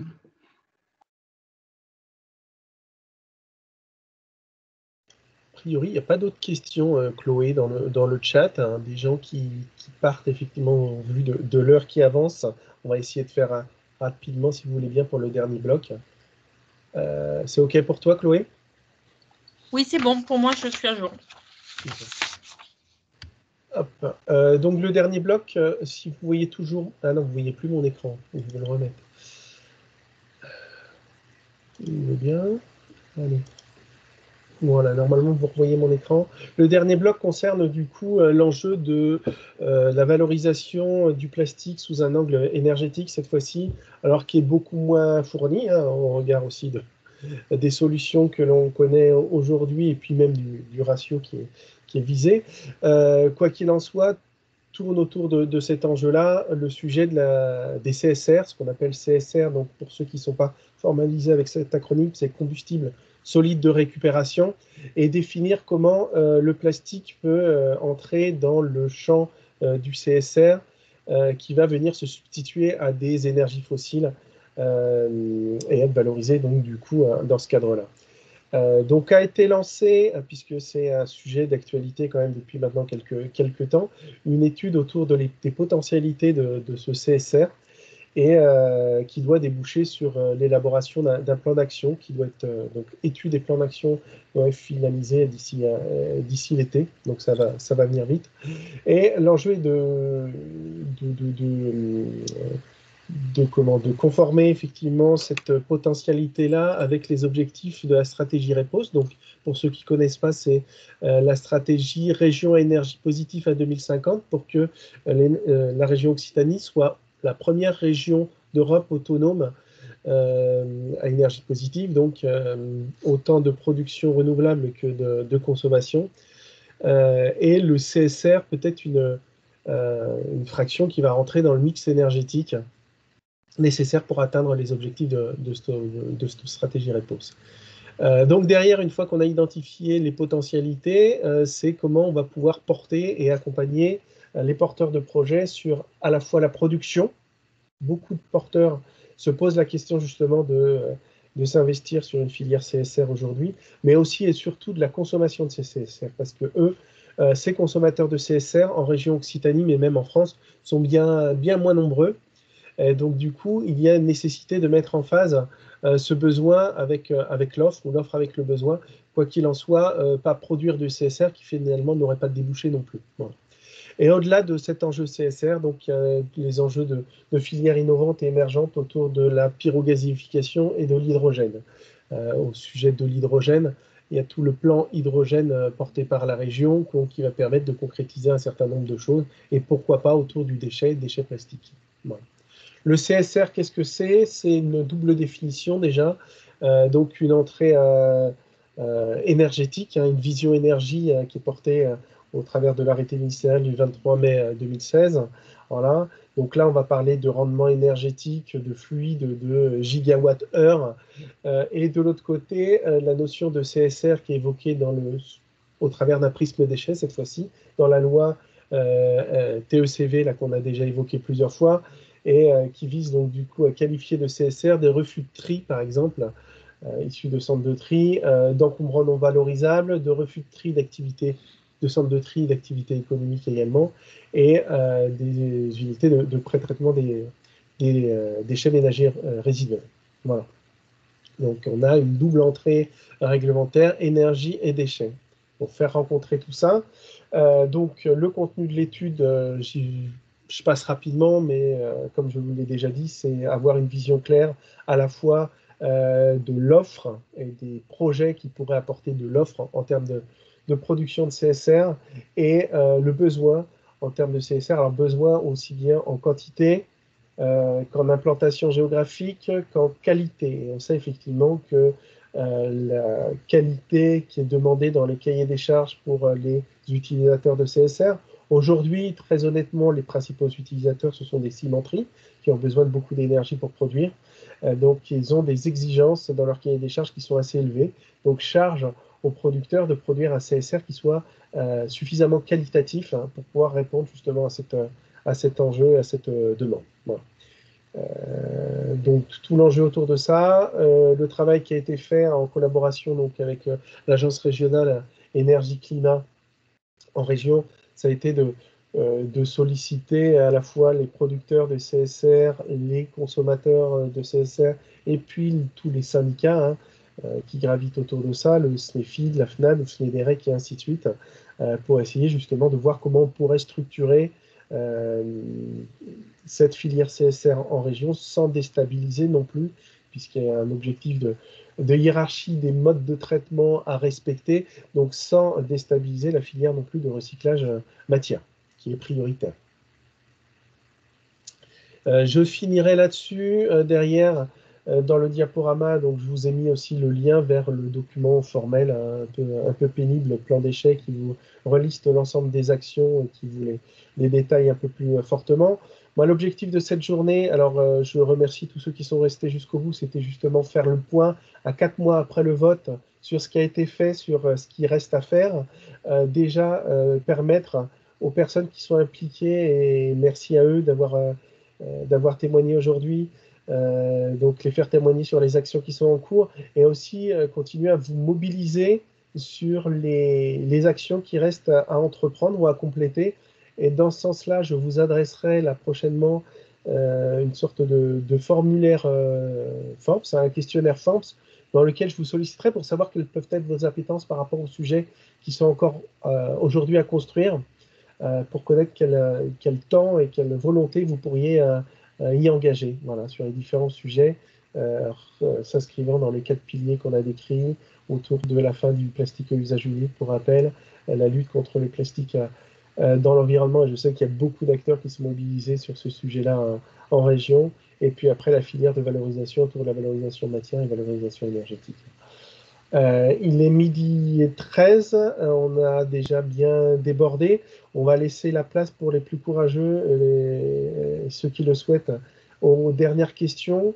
Moi, je souhaite que cet événement de suivi puisse se reproduire à échéance régulière, donc soit semestrielle, soit annuelle, mais en tous les cas, que les personnes qui étaient présentes aujourd'hui, dont je vais diffuser pour ceux qui l'ont accepté les coordonnées, puissent poursuivre à être impliqués dans une sorte de comité de suivi qui est un petit peu le garant de l'avancée de ce plan d'un point de vue technique. Donc voilà ce que je vous propose pour la suite. En tous les cas, je vous remercie à nouveau tous, les participants à l'organisation et les participants et ceux qui ont posé des questions pour vous mobiliser et pour continuer à vous mobiliser dans le futur autour de ce sujet plan plastique. Voilà, et je me tais. Est-ce qu'il y a d'autres questions? Pas de questions supplémentaires, Benoît. On demande si la présentation sera jointe. Oui, donc j'ai répondu oui dans tous les cas. Là, je t'avoue que les participants partent au fur et à mesure. Mais j'ai pas d'autres questions à part des remerciements. Voilà. Eh bien, merci à tout le monde encore une fois, et puis à tous les intervenants, tous ceux qui sont mobilisés. Je pense que voilà, ça donnera des suites. C'est pas un événement juste lancement. Je me redis, mais poursuivre effectivement notre travail collaboratif. Et l'objectif aussi, c'est de mettre en relation des gens qui n'ont pas l'habitude de travailler ensemble. Je vois à l'écran Leïla qui travaille sur les sujets donc d'incidence environnementale, notamment maritime, qui peut aussi avoir des rapprochements très intéressants certainement avec la filière plasturgie ou avec les éco-organismes, ainsi de suite. Donc c'est faire tomber un petit peu des cloisons virtuelles qui existent au travers de ces événements-là. Voilà. Je peux répondre, si vous voulez, à la question de Leïla, puisque je vois qu'elle pose une question sur la filière des plastiques biodégradables en live comme ça et en direct. En fait, ce sont des produits qui sont déjà complètement commercialisés. Y compris sur de la grande consommation, parce qu'on fait des capsules de café, par exemple, ça a été cité tout à l'heure par quelqu'un, des barquettes agroalimentaires, etc. Donc ce sont des produits qui non seulement existent, sont produits industriellement, mais y compris dans des domaines touchant à la santé humaine du type l'industrie agroalimentaire. Donc ils sont testés et validés. Peut-être pour compléter, je ne vois pas la question précise, mais sur le sujet de la biodégradabilité, le point important à avoir en tête, c'est dans quel type d'unité, en fait, ça peut se biodégrader. Il y a le compostage domestique, et ça, en effet, des emballages peuvent porter cette mention-là, et et sont tout à fait compostables dans les conditions techniques d'un compostage domestique. Le point le plus délicat, c'est lorsque ça porte la mention de compostage en unité industrielle, puisqu'on a pour l'instant relativement peu d'unités industrielles de compostage ou de méthanisation dans la région qui vont permettre de valoriser ces emballages-là. Donc voilà, derrière biodégradable, en fait, il y a dans quelles conditions, et biodégradable à une température et une humidité qui sont celles d'une usine et pas celles de notre propre compost, c'est quelque chose d'important à avoir en tête et de bien comprendre en fait sur le marquage de l'emballage. Voilà. Et en complément, Laure, donc du coup, ce que tu évoques effectivement sur les unités de traitement qui ne sont pas encore suffisamment développées pour répondre à ce besoin, tout ce qui est en train de se mettre en place autour du détournement des biodéchets pousse également donc l'émergence sur les territoires d'unités de traitement, que ce soit par compostage ou de méthanisation. Donc ça va venir, c'est en train de se construire. L'ADEME et la région sont aussi mobilisés sur ce sujet-là, forcément. Et il y aura, comme pour le recyclable, un enjeu de bien pouvoir orienter ce flux, quoi qu'il en soit aussi, pour qu'il aille au bon endroit. Exactement. C'est chiant. Exactement ça. Alors, dernière question qui n'a pas trop sujet avec notre sujet d'aujourd'hui. Connaître les unités de compostage industriel, nom d'entreprise. Donc, vous les avez sur le site internet de l'Ordeco, ou en nous envoyant un mail, on vous donnera la liste de ces unités. Thomas Guilpin, la mention biodégradable doit être interdite sur les emballages suite à la loi AGEC. Pour éviter la confusion entre biodégradable et compostable. Est-ce bien ça? Alors, je sais qu'il y a des choses qui sont en cours sur ce sujet. Peut-être, Julien de Rudologia, je te vois juste devant moi à l'écran. Peut-être tu as des informations plus précises. Mais en effet, ça rejoint le sujet, effectivement, d'éviter les confusions sur ce sujet. Alors, j'ai juste loupé un tout petit bout de la question. Est-ce que vous pouvez répéter, s'il vous plaît? La mention biodégradable serait interdite sur les emballages suite à la loi AGEC pour éviter la confusion entre biodégradable et compostable. Oui, je confirme que j'ai vu passer ça dans le texte de loi AGEC. J'ai juste un doute. Ça, c'était en tout cas pour tout ce qui était compostable, que ce soit compostable en industrie ou compostable à la maison. Je vais retrouver l'extrait, mais oui, effectivement, je confirme qu'il y a une mention comme ça qui est apparue dans la loi AGEC. Très bien, je pense qu'on en a fini pour les questions. J'ai juste une suggestion pour ma part, Benoît. Je sais que par manque de temps, tu n'as pas eu le temps de présenter les actions régionales, enfin l'exemplarité régionale, et je pense que ce serait une bonne chose que tu le joignes au compte-rendu que tu vas, parce que c'est quand même intéressant de voir que l'institution fait aussi des efforts. Oui, bien vu. C'était prévu effectivement dans le programme, mais comme on a débordé, je ne l'ai pas fait. Tu as raison de l'évoquer. Je vais effectivement en faire mention effectivement dans le diaporama et puis développer un petit peu ce sujet-là. Ouais, tu as raison. Et pour rebondir, je confirme, hein, c'est bien écrit dans la loi AGEC qu'il est interdit de faire figurer sur un produit ou un emballage les mentions biodégradables, respectueux de l'environnement ou toute autre mention équivalente.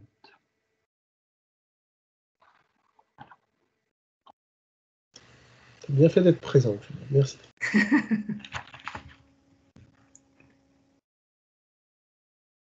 Merci. Merci à tous. Il est midi 20. Effectivement, on a bien débordé. Merci encore une fois à tous ceux qui ont participé à l'organisation et à tous les présents. Voilà. Vous aurez à la fois sur la plateforme Cyclope le support, la liste des participants qui ont accepté de figurer dans la liste de diffusion, et puis la deuxième partie de l'enregistrement, parce que malheureusement ça n'a pas démarré au début, mais ce que j'ai pu enregistrer, je vous le mettrai. Et donc voilà, parfait, vous retrouverez ça sur Cyclope et je vous l'enverrai également, je vais le doubler par un envoi mail. Voilà. Merci à tous encore une fois. Merci à toi, Benoît. Et très bon appétit. Bon appétit tout le monde, au revoir. Merci Benoît, merci à tous, au revoir.